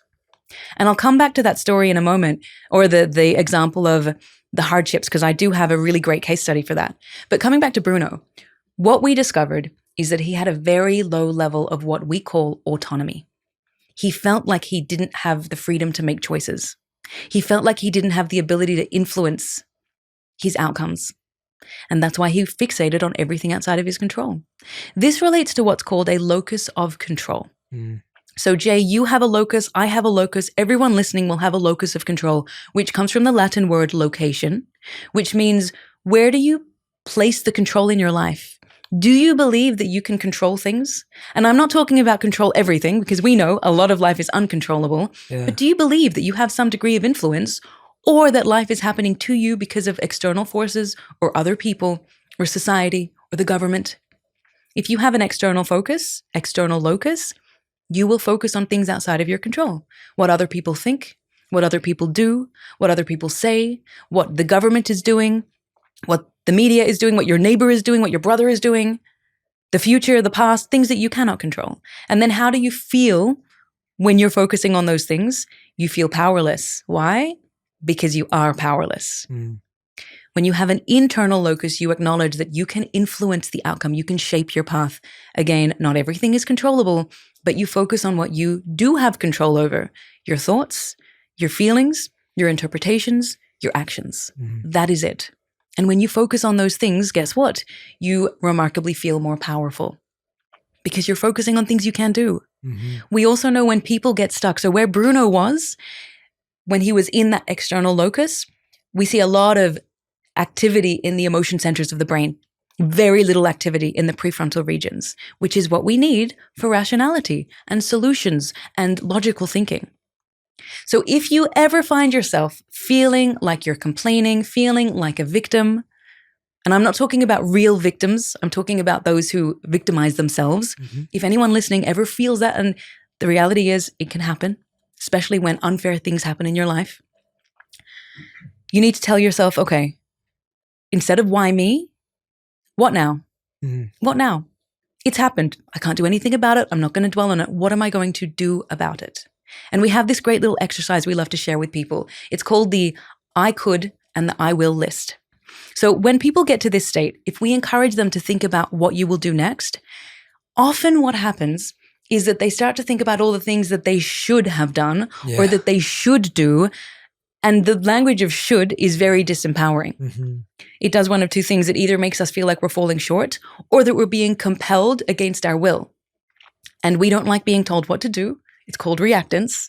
And when we hear a should, often it's like a part of us is telling us what to do and we don't like it. We resist it. So we avoid the word shoulds and we move to coulds. Research has found that when you use the word could instead of should, it opens up divergent thinking. It's remarkable. It's remarkable. It's a word. Sometimes when I look at some of this research, I think, how is something this simple so incredibly powerful? And it's because words create worlds inside us and outside of us. So you shift to could, you grab a piece of paper and you split it into two columns. On the left, you write your I could list. What are all the things that you could do in the current circumstances? Whether you've just been laid off from your job, whether your business failed, whether your relationship has broken down. What are all the things you could do right now? That allows you to feel a sense of, okay, there are opportunities, there are possibilities here. You're also directing your attention, which reduces that emotion activation, re-engages your prefrontal regions. Next step, what will you do? Circle 3 things from your could-do list and write them in your will-do list. And you write, I will, bang, bang, bang, and then you take action. You're hijacking that ruminative part of your brain and gearing yourself towards action, reminding yourself that no matter how bad things are, you always have a choice and you are choosing to take a step forward. So we shared all of this with Bruno and we had to go through this long process. But for Bruno, there was something else that was really affecting him. And it was this contamination story he was telling. He kept telling people and himself, my life is so difficult. It's always been so difficult. It's always going to be so difficult. And it took a lot of time to shake that. We worked him through a process, which I'll share in just a moment. But I want to share a story that we shared with Bruno and he loved it. And so I think all the listeners will appreciate this. So this is when was it? Okay, so there's a 19-year-old boy. He's a drummer and he loves drumming. This is a true story, by the way. I'm not making this up. He absolutely loves drumming and he's playing with his band for 2 years.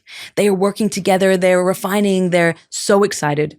And they feel like they're just on the brink of something really phenomenal happening. It's at that moment that his manager calls him into the office and he sits down. He's not really sure why he's there. And they say to him, look, Peter, we're letting you go. We're replacing you with a different drummer. And he wasn't even really given an explanation. Just like that, his dreams of working with this band and taking them to stardom had just crumbled. And he didn't even understand why. And they said, we're replacing you with a drummer by the name of Ringo. This band was the Beatles. Whoa. Right before their global mega stardom, they replaced their drummer. Now, Peter Best goes through a depression. He starts spiraling. He becomes resentful. He becomes suicidal. He's loading bread in the back of a delivery van while he's seeing the band that he worked with for 2 years on a global tour, becoming icons. But today, he tells a different story. He says, everything I've been through, happy and sad, good and bad, have made me who I am today. I wouldn't change any of it. He acknowledges that life would have been very different. but he chooses to tell a story that is centered around ownership. And he chooses to focus on what he has, his beautiful wife, his wonderful kids, his grandchildren. And he even says, he goes, if you dwell on all the bad things in your life, and if you have a regret or resentment, you will become a twisted and bitter old git, which is a very English thing to say. Yeah, it's very English. But it's so true. And he embodies this idea of the stories that we tell. So what he was referring to here is what we call, or what psychologists and researchers call, a redemptive story. Dan McAdams has researched this for 40 years, and he's found there are essentially two stories that we tell. A redemptive story is one where bad things happened and we redeemed ourselves. We learned something, we grew stronger, we accepted it. A contamination story is where that story has become contaminated in your self-identity, your self-image. You carry those scars with you everywhere. And then you keep seeing it replayed. Because remember, how you're showing up, the scars that you're carrying shape your expectation, which then influences what you see through expectation bias. That's huge. That's huge. So that's another, and a lot of people say, well, how is this self-doubt? And I love that this is considered part of your self-image, because if you do not believe or trust that you have the ability to shape your outcomes or redefine your story, you're going to struggle. And that's why this third pillar is autonomy. There's something you said today that really struck me. I was saying that everyone's been through hard things. And the way you flipped that really powerfully, and it was subtle, was that, but it's how you feel about how you got through those hard things that define how they impact you. And that is so true and powerful. Like that really, really hit me and resonated with me. I don't think I've heard it being said like that before, because like you said, you talked about your parents' divorce, and even though it was amicable and you had a loving family, your take was, what else could I have done? So even though you've been through a hard thing, you see it as your fault in some way, or you see it as something you could have done better. And therefore thinking about that hard thing and getting through it doesn't make you feel stronger. It makes you feel weak and insignificant and whatever else you would use to describe yourself, because your memory of it and your story of it is, I failed. Yes. Your story of it isn't, I'm still alive and I still survived and I'm still good. And that is magnificent as a case study, because that's why people's difficult times don't inspire them, because their difficult times remind them that they're a failure. Yes. Because that's the story that they built around. Yes. And we also know that when you're remembering a memory, you're not actually remembering the first thing, the first time that it happened. Yeah. You're remembering the last memory you had of it. Yes. And this is why actually memory is so fallible. They've done some studies where they've looked at suggestion, and they've had people witness a crime, and then they get asked to report on the crime. And let's say there was a yellow car that was speeding by. The person asking questions would say, how fast do you think the red car was going? And because they're not thinking about the color of the car, they'll report a speed. And then the next time they ask them, that person will say, yeah, it was a red car. Yeah.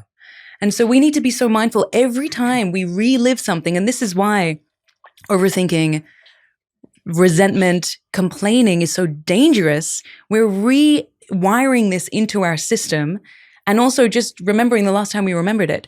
But you know what's beautiful about that? It means that you can actually change the meaning you're applying to these events. Yes. And then when you start remembering the new meaning, you start to fundamentally change the memory. Yes. Yes.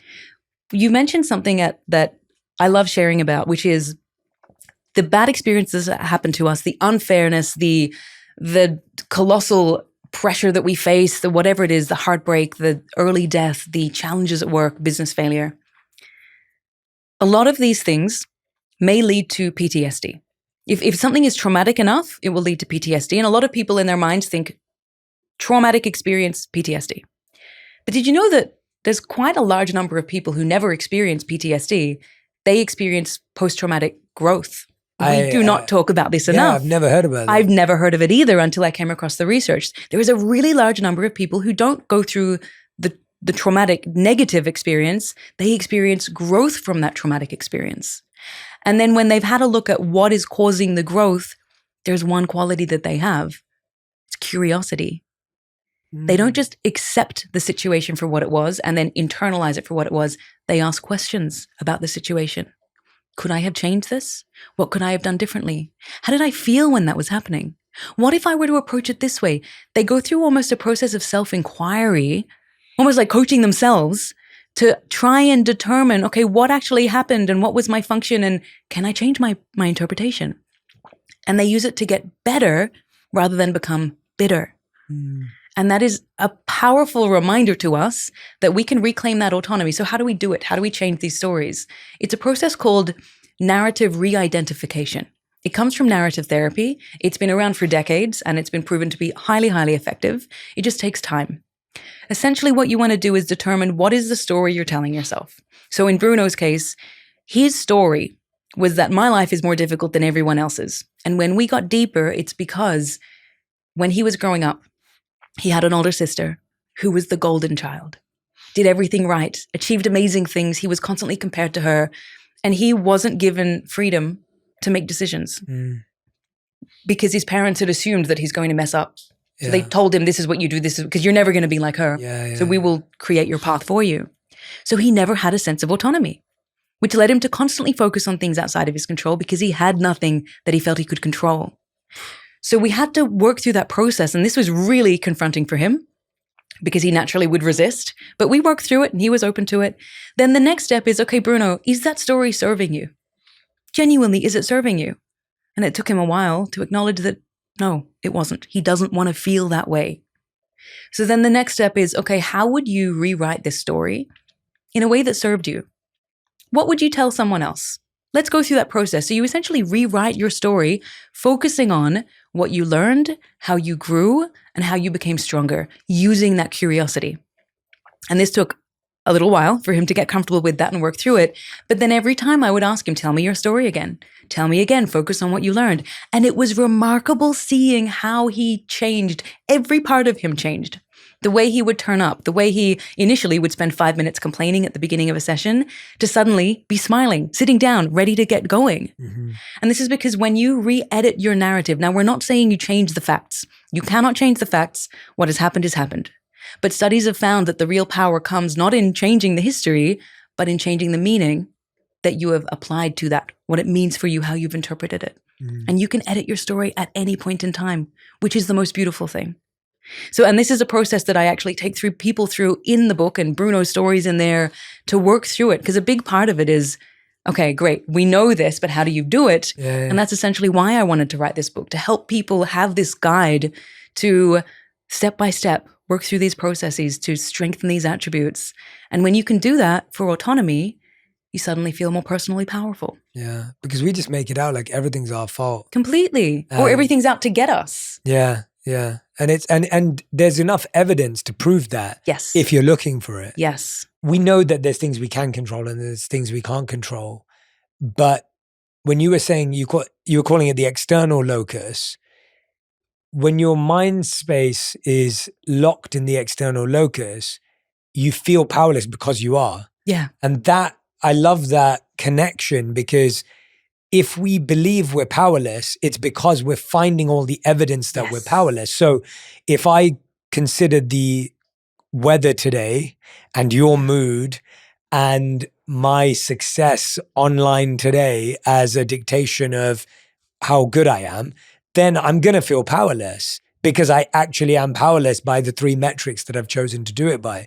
So it's not even that your story is inaccurate. Your story is just wrongly focused. Completely. Your attention is on the wrong thing. Yeah. And so just that simple shift back to say, okay, let me actually only measure myself by things I can control. And I don't know why we all believe that we can control someone else's mood, our boss's mood, the weather, the timeline, the schedule. Like, I just don't know why we feel so strongly that we can control the things we can't and that we can't control the things we can. Because it's easier to do that. It's much harder to focus on what we can control because then we feel empowered and we have to do something about it. Remember the brain? The brain likes certainty and it wants to use the least amount of effort possible. And if it gets you to focus on everything outside of your control, you're not using your prefrontal regions, which require a lot of metabolic energy. And so great. It's easier for the brain. We go down these habit paths of overthinking and catastrophizing, and then we don't have to do anything about it. We don't have to take the step into discomfort. We don't have to risk the rejection or the criticism by trying the thing. There's this beautiful analogy of a cow and a bison, which I came across and I loved, and I had to put it in the book, and I want to share it because it's very short, but it's so poignant to what we're talking about. So cows and bison are very similar in terms of, their animal history. Very, very similar. They're cousins in the animal world, but they have a very, very different approach to how they weather storms and challenges that they might experience, like a physical storm. So cows have been observed to huddle together, usually under a tree, but also they generally walk away from the storm.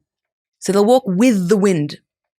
And then what happens is they end up receiving the brunt of the storm when the storm eventually catches up to them.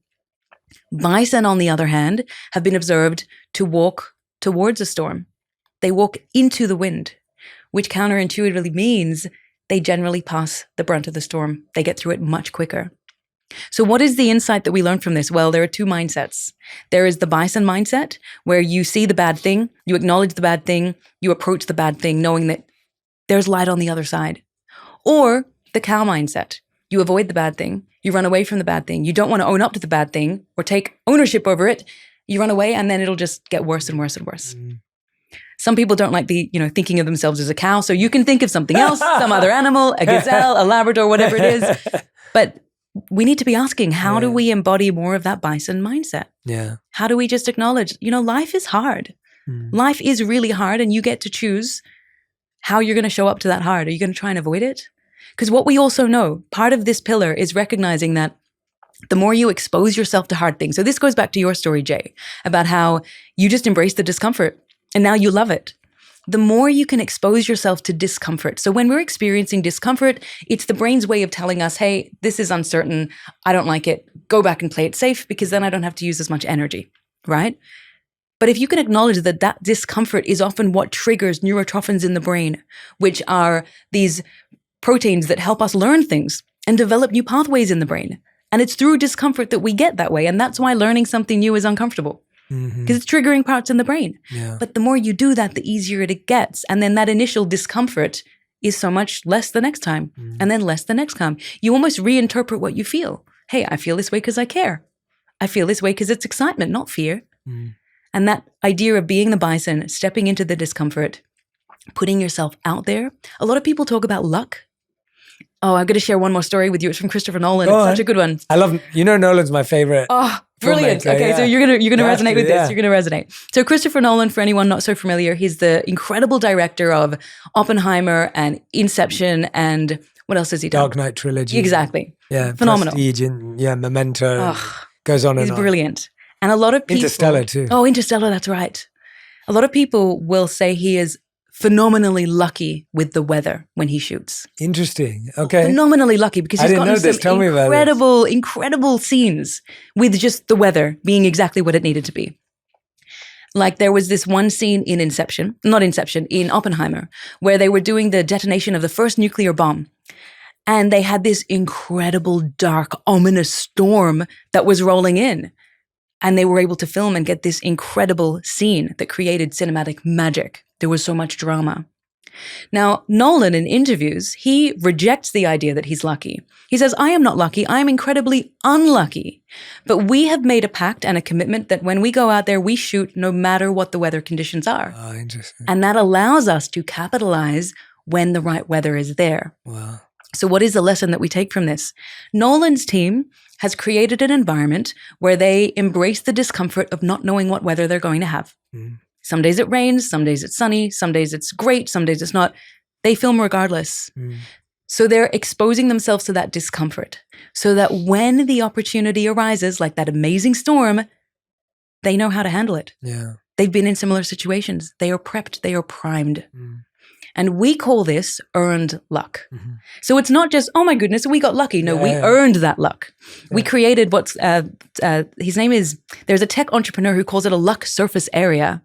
You can increase your luck surface area and the chances that you will receive good luck by exposure to discomfort, visibility, putting yourself out there, putting your hand up in the meeting, applying for the job that you think you're not going to get.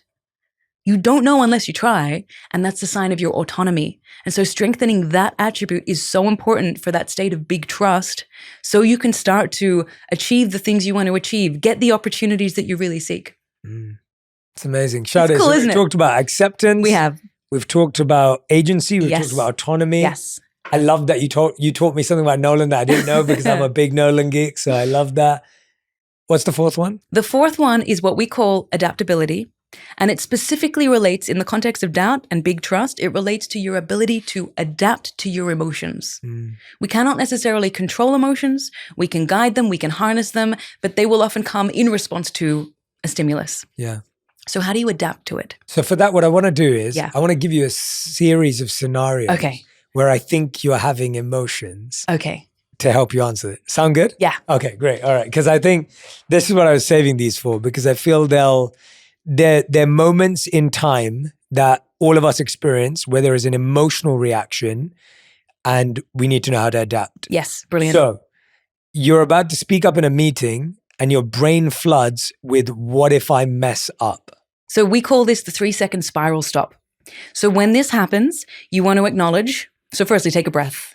Take a moment, take a breath, 3 seconds, breathe in. Second step is to acknowledge that your brain is just doing what it's meant to do. It's just wired to magnify everything that could go wrong. But it's okay. There's no physical danger here. So you need to remind yourself, nothing terrible is going to happen. The fourth, are we up to the third step? I think we're up to the third step. The third step is to keep whatever you're going to say, keep it as short as possible. And the reason why I say this is because your brain is magnifying what could go wrong because you probably haven't done this many times. It doesn't really have the proof points that you can do this and do it well. And if you try and go out there and the first thing you want to say is a 5-minute monologue about, you're going to fluster and lose, and then you're going to have a negative evidence point. So keep it really short. You might validate what someone else has said. That's a great idea, Jay. Or I'd like to build on what Simon said. Or Maria, can you repeat that one more time? I want to make sure my notes have it correctly. Really low stakes, easy. You're just allowing that energy to come out. Once you've done that and you've got the proof point, the next step is, okay, now I'm going to really share what I wanted to share, ask that longer question, share my perspective. I know I can do it because I just did it before. I'm also going to breathe again. I'm going to remind myself there's no physical threat. And then I'm going to speak. You want to make sure that you're not speaking fast because when our emotions are in overdrive, we get nervous, we speed up our pace, which then can make people zone out or it undermines our credibility. So speak slowly, have a pause, importantly, make eye contact. That's what allows people to stay engaged. And that's how you can harness your emotion in that moment. Got it. Great adaptability. I love that. All right. This one. If you're in a meeting and a coworker takes credit for your work, what do you do? So you're in a meeting and that coworker takes credit. There are two scenarios. Either it's happened before or this is the first time. Let's start with if it's the first time. You might feel that negative emotion bubble, that unfairness, that inequality, that this is not right. What I encourage you to do, firstly, determine whether you speaking up now is what you want to do. Sometimes it's not even worth it. Let it go. But if this is something that you really need to get recognition for, you put in a lot of work, you really feel like this is important, call it out immediately. So Jay, let's say you're taking credit for my work. I would jump in, even if I have to cut Jay off a little bit, that's fine. I'd say, what Jay's trying to explain is that he worked on the initial proposal. I then jumped in and I worked with clients and we got the whole project going and it was a fantastic team effort and we're really proud of what we've created. You immediately jump in there, add you in. You don't say, that's not right, Jay, I was involved. You guide the conversation, bring it back to the team, and then make it about the impact or the effort at the end. And that way, it's a polite way to just remind the person, hey, you're on notice. I was involved in this too.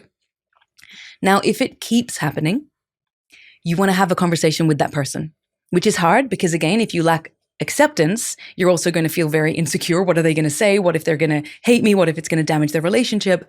Have a conversation with them in a private environment. And you would say, hey, Jay, I've noticed, so you make it about an observation. I've noticed that in the last 3 meetings, when you have taken credit for the work that we've been involved in, I feel like my contributions are not valued or appreciated. And I would like us to be a part of a team that recognizes each other.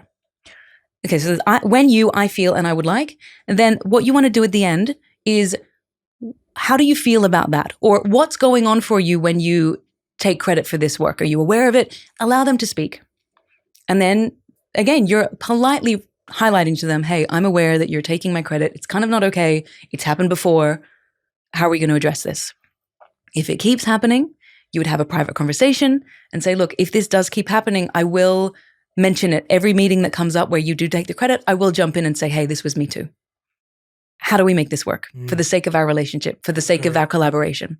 So you want to focus on assertiveness. Tone is going to be important. You don't want them to become combative, but also giving them an opportunity to defend themselves if they weren't aware of it. Yeah. Giving them the benefit of the doubt, which helps you feel like you're not going in there combative.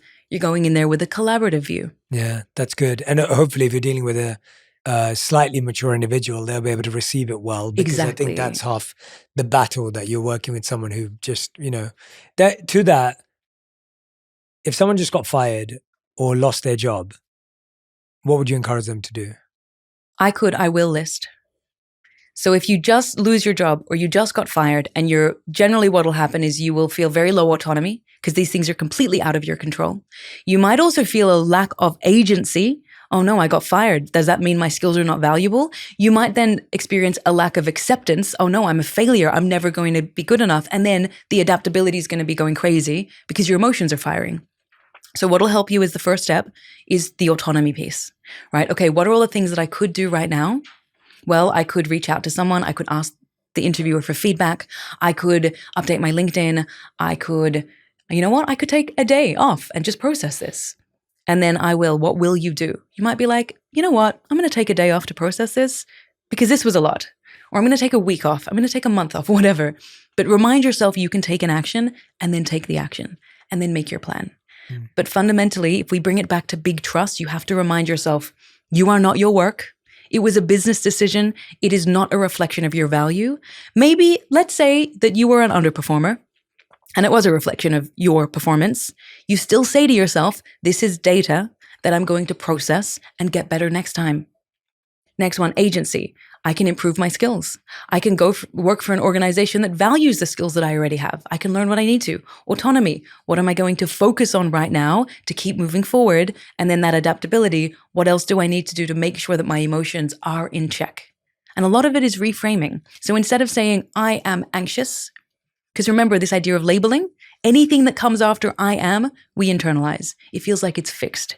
Instead of I am anxious, I'm noticing a thought that I'm feeling anxious because this thing happened.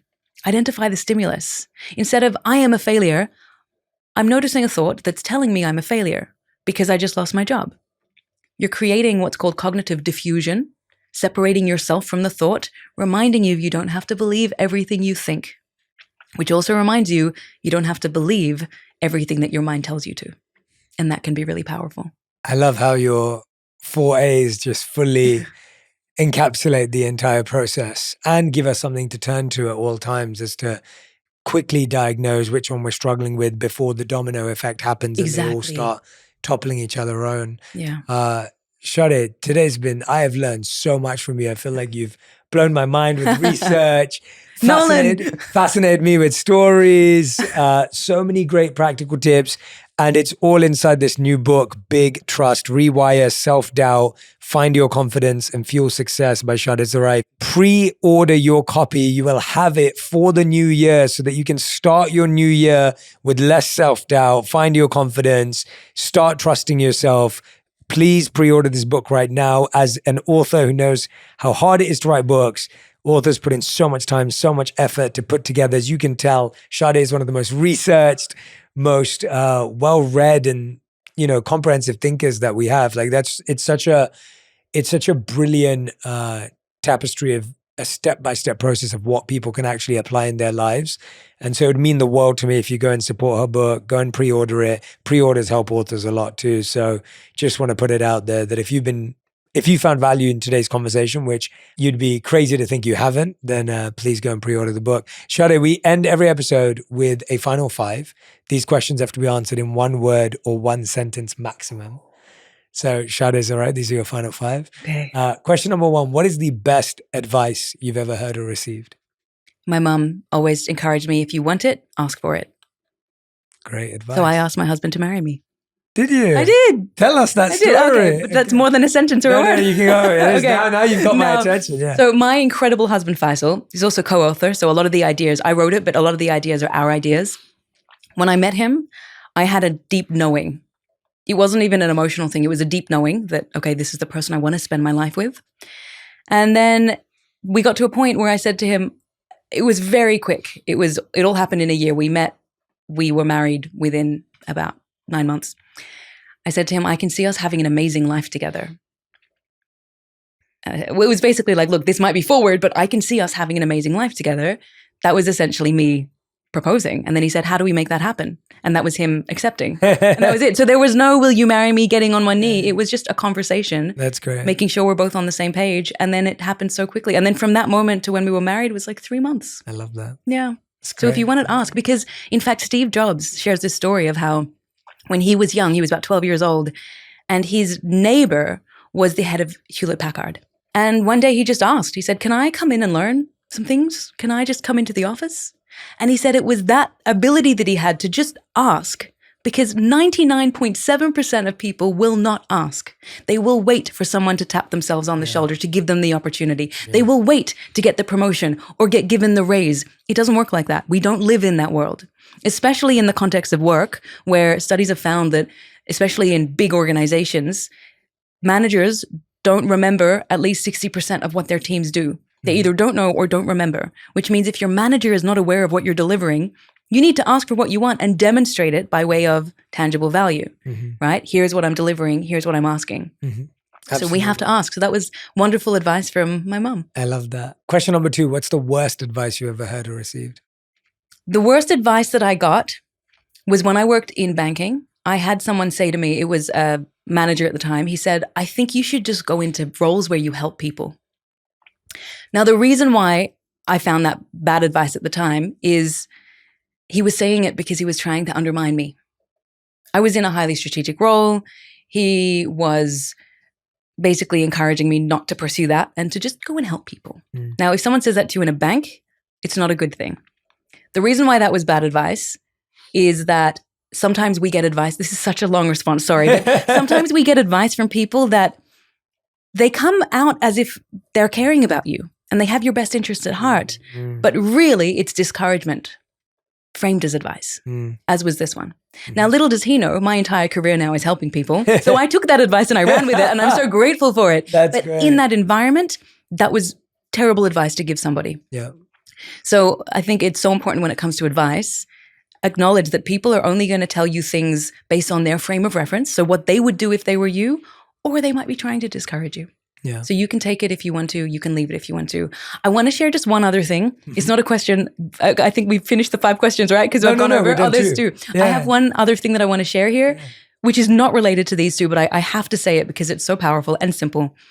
What we found is when people go on the journey of growth, any journey of growth, like people who have gone through the Big Trust framework and seen those transformative impacts in their lives, they get comments from those around them. Like, what is the most common comment someone would say if someone's been on this journey of growth? There's 2 words.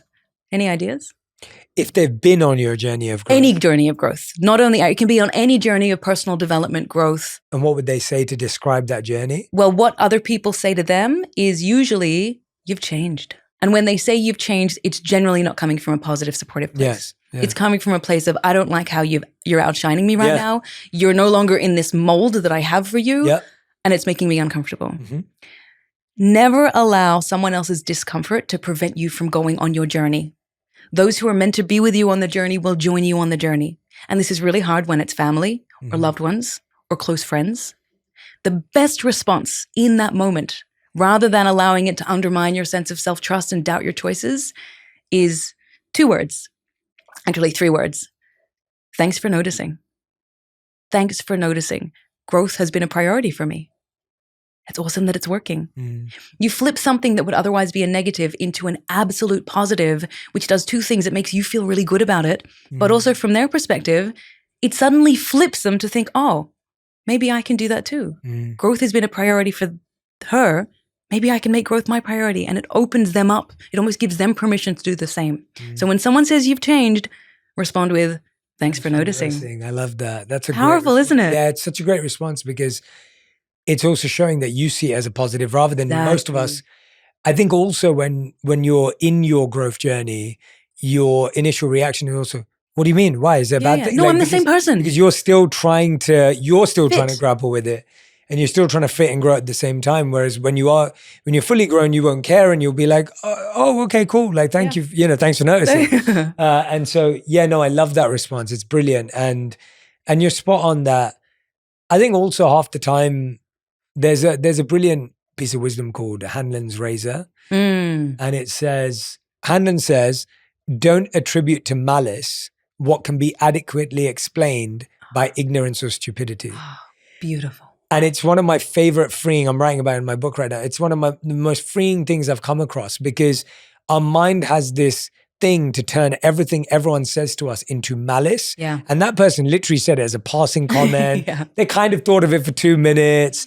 They said something, but it wasn't that deep. They're not obsessing over it, but we take it as like, oh my God, they think I've changed and they hate who I've become. And especially if we struggle with big trust on any of these elements. Totally. And the truth is, it's not malice. It's just someone's ignorance. Completely. It's someone's stupidity. It's someone's lack of time. It's someone's lack of capacity. Yes. It's someone's busyness. And it's, and it's funny because it's almost like when we say you've changed to someone, we think we have good intentions. And when someone says it to us, so it comes with that. So I love that. Thanks for noticing, because it doesn't come from a place of revenge. It doesn't come a place from proving yourself. It doesn't come, because otherwise we're like, I've changed. Oh, no, I'm still the same. I'll prove it to you. Like, let's go back out to the party or whatever. And it's like, no, I don't want to do that anymore. And so I love thanks for noticing, because it isn't revenge. It isn't proving yourself. It isn't validation. It isn't tell me how. I want to know. Exactly. Like, it's not looking for praise and approval. It's brilliant. It's brilliant. I love how you mentioned Hanlon's Razor. Yeah. Have you heard of Wisiati from Dan Kahneman? No. So Wisiati. I love Dan Kahneman. He's You're like fantastic. naming all my favorite people. Great. He's brilliant. His work is so phenomenal, and something that fundamentally changed my life. And I think if you can also grasp this idea, it will fundamentally change your life. It's very similar to Hanlon's Razor, but just a little bit broader.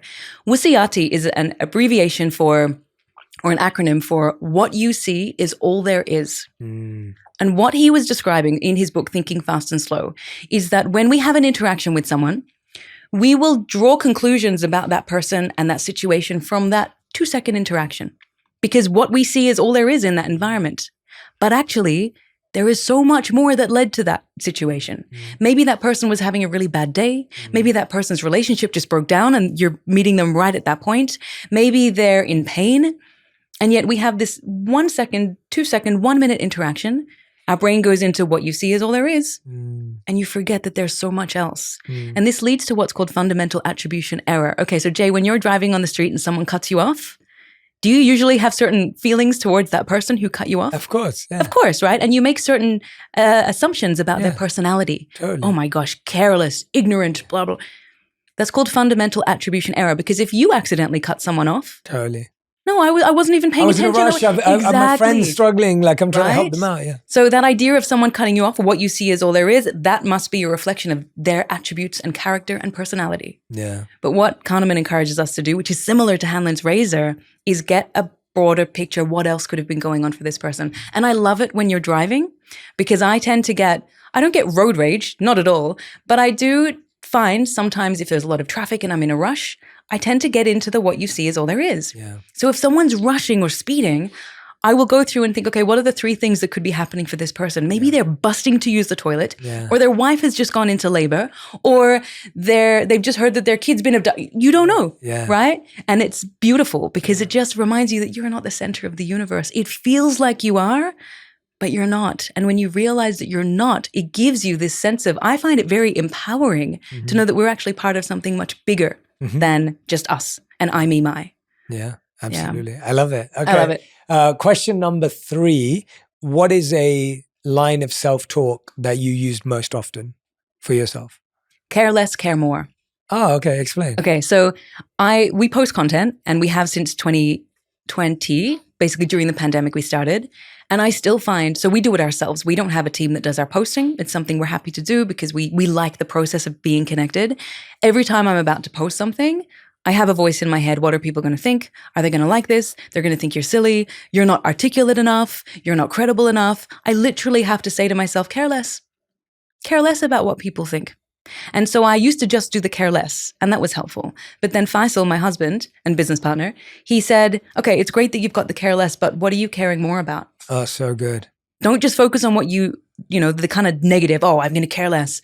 What are you focusing more on? So now I say, okay, care less about what people think, care more about being of service, being of value, being of impact. I love that. Leaving a positive legacy. That's brilliant. And it's beautiful, and it's something you can use in the moment when you're about to step onto stage, when you're about to approach a stranger in a bar, when you're about to have that conversation about your pay raise. Care less about the outcome, care more about making this person feel seen or demonstrating my value. It's beautiful and so simple. Yeah, I love that. I also love it because it's the care less part makes sense. And also one thing I realized over time was also caring more about the people who left qualitative, positive feedback. Oh, yes. Like learning to actually care more, because it's so easy to skip past beautiful comments where everyone's like, you are so articulate, Shadé. Yeah. You are so credible, Shadé. You are so knowledgeable, we Shadé. ignore it. And you kind of just go, yeah, whatever. And that care more, care less works well there too. I'm not saying only to care about things when people say nice things about you. I think it's important to be able to listen to criticism and negativity and feedback, and of course, but I think the idea of we don't receive praise with nearly as much depth as we receive criticism. No. And that is a huge issue for us as humans, where we don't know how to receive a compliment, we don't know how to receive a pat on the back. But if someone says something negative to us, we know how to receive that. We will hold on to that for the rest of our lives and carry it around wherever we go. You know why? Yeah, go on. Because of the scars that we carry. Mm-hmm. So when someone is giving you praise, it's because your self-image doesn't feel it deserves it. And so it doesn't internalize it. Mm. But when someone criticizes you, criticism only hurts if you deep down believe that about yourself. Yeah. And it all comes down to where you are on these 4 pillars. So if you receive criticism and you take it personally, it's often because you have a low level of acceptance. Mm-hmm. And deep down, you don't feel that you're worthy. You're trying to appear a certain way or prove something. And so what that person says hurts so much because it is cutting at that deep wound that you have. Yeah. And so again, it's this idea of, yes, as you say, how do we acknowledge more of the positive things that come through and use that to reshape our identity, reshape our self-image? Yeah, absolutely. I love that. That scar reset you shared at the beginning. Isn't it fascinating? Yeah, it's so good. Question number 4, how do you define your current purpose? Someone once asked me, what is the one word I want people to say about me at my funeral? And without thinking, I said that she cared. And then I thought about it a bit more, and I probably would have had all these other things. But I think the fact that that came through so clearly for me when I didn't think about it, my purpose is to live a life where I'm caring about other people. And that looks like me being present for them, me serving them through the work that we do, helping them through our programs, through this book. It's fundamentally because I care about people overcoming what is holding them back. And I care about them living fulfilling and successful and meaningful lives. And so everything I do is aligned behind that. What about you, Jay? What's that? How would you define your purpose in just a few words? The way I've chosen to describe it right now is that to make the world happier, healthier, and more healed. Beautiful. And the word that I really lean to in all of those is healing. I value healing more than happiness, and health I do value equally as healing. But I think even in our health, we're always healing. And so I think the challenge is, my take is everyone's hurt in some way, physically, mentally, emotionally, spiritually, and everyone's healing. And so if we can help create a more healed world, a healing world actually, even more than healed, because healed means it's done. And so a healing world is a good world. And so if I can be useful in and of service to helping people heal in whichever area they're struggling in through people like yourselves and the wonderful experts and people who come and share their stories on the show, then that to me is the world that I want to live in, is a world that is healing always, because we're always going to feel pain and always going to get hurt. So then there has to be an equal focus on healing. It's beautiful. And I love it that it almost, going back to the idea of the scar, it's like also healing the scars that we have. Yeah, it's healing. And and that's what you're going to have to do, because you're healing your self-image according to, what you were saying earlier. Yeah. Beautiful. 5th and final question. I kind of don't want you to ask it because I don't want this to end. This has been so much I can literally talk to you for another 3 hours. I'm like, this is the 5th and final question. If you could create one law, and we ask this to every guest who's ever been on the show, if you could create one law that everyone in the world had to follow, what would it be? It would be to leave each person better than you found them. Yeah, it's a good law. That'd be it. Yeah, each place, each person, each Each animal. each meeting, each Yeah. team, it would be so much better. Yeah, I love that. That's beautiful. We've never had that on the show. Shadé Zahrai, thank you so much today. The book is called Big Trust, Rewire Self-Doubt, Find Your Confidence and Fuel Success. Pre-order your copy right now. Follow Shadé on Instagram, TikTok, across all of social media. If you don't already, you're going to absolutely love her content. She's as articulate online and offline. I can't wait for you to read this book. I can't wait for you to practice these principles. It truly is a masterclass. And Shadé, I'm so grateful to you. So thankful that we got to spend this time together. Thank you for having me. I hope this is the first of many times you'll come on the show. I hope so. Thank you. It's been such a treat. Thank you. If you love this episode, you'll love my conversation with Dr. Joe Dispenza on why stress and overthinking negatively impacts your brain and heart and how to change your habits that are on autopilot. Listen to it right now. How many times do we have to forget until we stop forgetting and start remembering? That's the moment of change. No one cares how many times you fell off the bicycle. If you ride the bicycle now, you ride the bike.